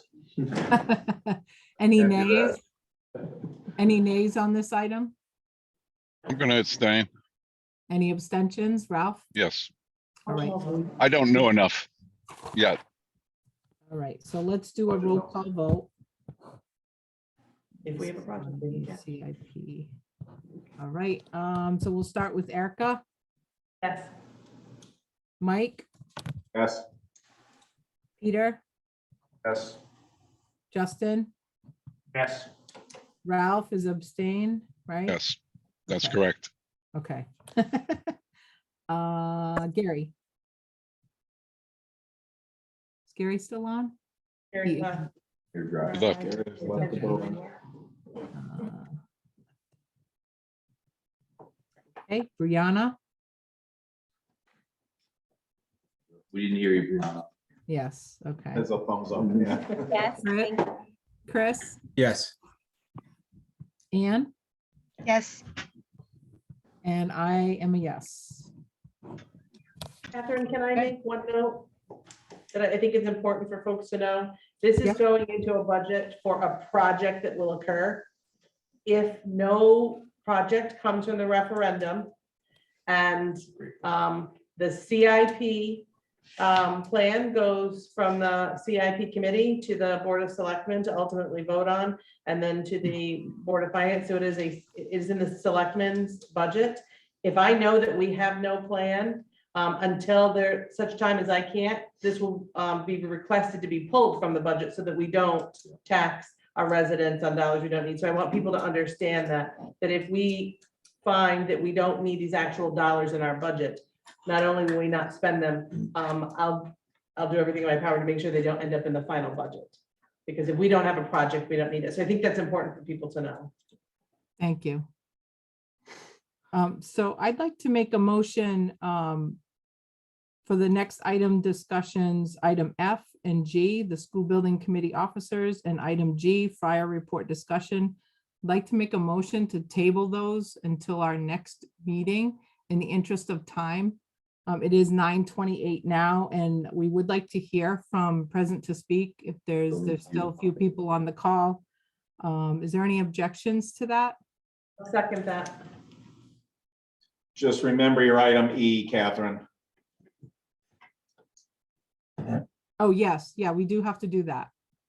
I Yes, mean, in reality, It'll that take can go 30 to the next one. It it'll has to be take in by 30 the seconds. 31st, It'll but take yeah. 30 seconds. yeah, that's why I didn't put that one in the list, because I knew it was gonna be a quick one. A quick discussion on that, Catherine, can I just request that the school building committee officers be at the top of the agenda for the next one, so we can sew that up, so that. Does it become 9:30 I think again? I think it's a simple item, and we do it, and it might help spread out the workload, so. And we know that you're stepping down, so we Yes. need to have some discussion. So do we need to vote on my motion, or we need to get a second? Well, you seconded it. Seconded. We just need to get a vote on moving items F and G to our next school building committee meeting on December 21st. Can I add to the discussion for a moment before Sure. we vote? Go ahead. With respect to officers, Catherine, I would love to hear from you some idea of the responsibilities of the chair outside of committee meetings. I think that any potential candidate for that job needs to have some idea of what they're committing themselves to, or whether or not they should be committed for doing it. Okay, do you want me to be honest or give the short list? Not Point of now, order, not now. it's not on the agenda if we're moving it off the agenda. So then send us an Correct. email afterwards. Sounds good. All right, so let's take a vote then. We have a motion and a second to move these items to the next meeting.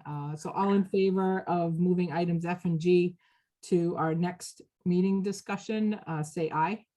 Aye. Aye. Aye. Any nays? Any abstentions? Okay, so our next meeting item is item E.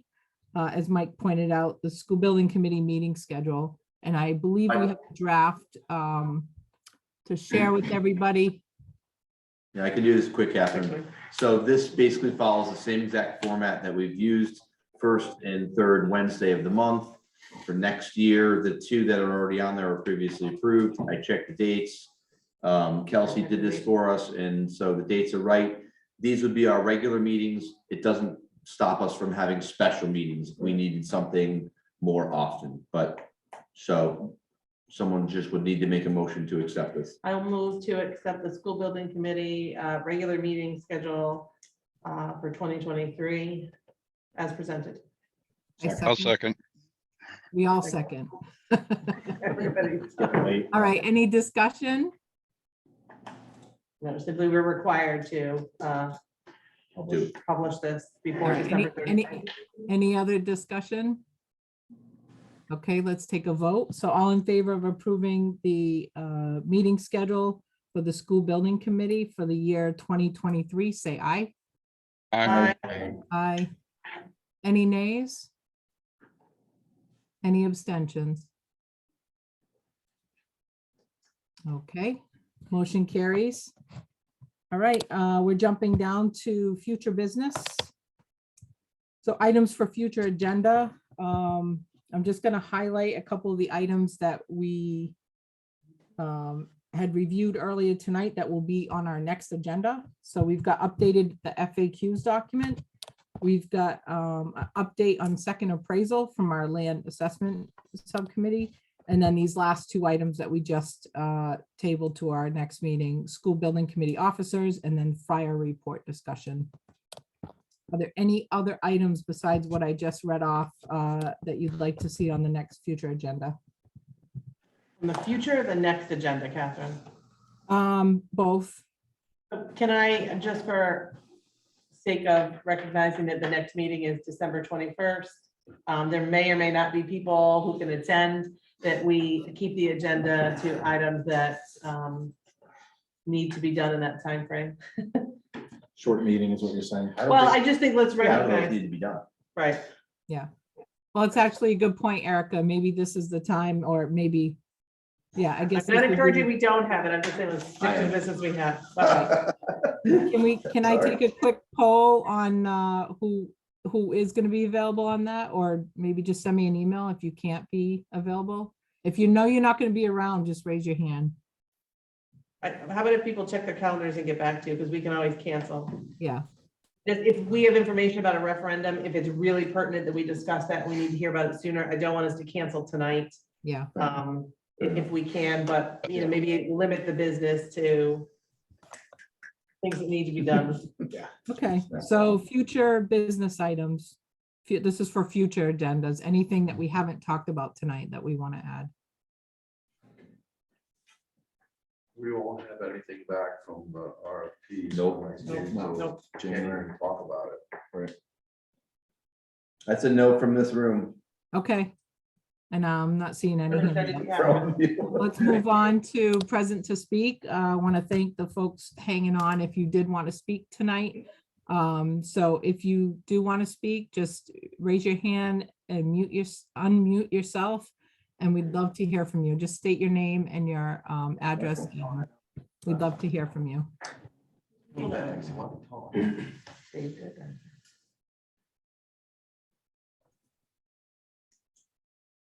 Come on, you hung in with us. James for- Marshall. and No. Michael Vance. It's Well, almost Howard, you got nothing? Why are you encouraging?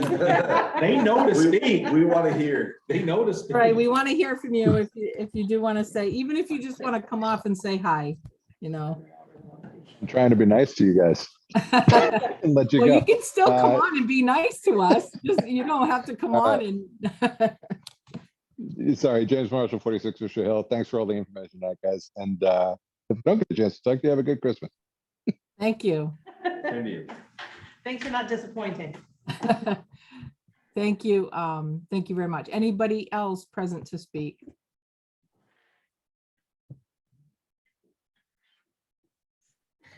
Okay, so before we adjourn, I just want to thank everybody for your commitment and your review. We had a stacked agenda tonight, and I really appreciate everybody's input and really focusing on the tasks at hand. And you know, we're making a lot of progress over the next couple months and in the last couple months. So I just want to thank everybody for that. So without further ado, we'll make a motion to adjourn the meeting. It is now 9:36. There a second? Second, yeah, and yeah. Okay. All in favor of adjourning? The meeting? Aye. Have a wonderful night. Thanks, Scott. Thank you. Thanks for hanging in there.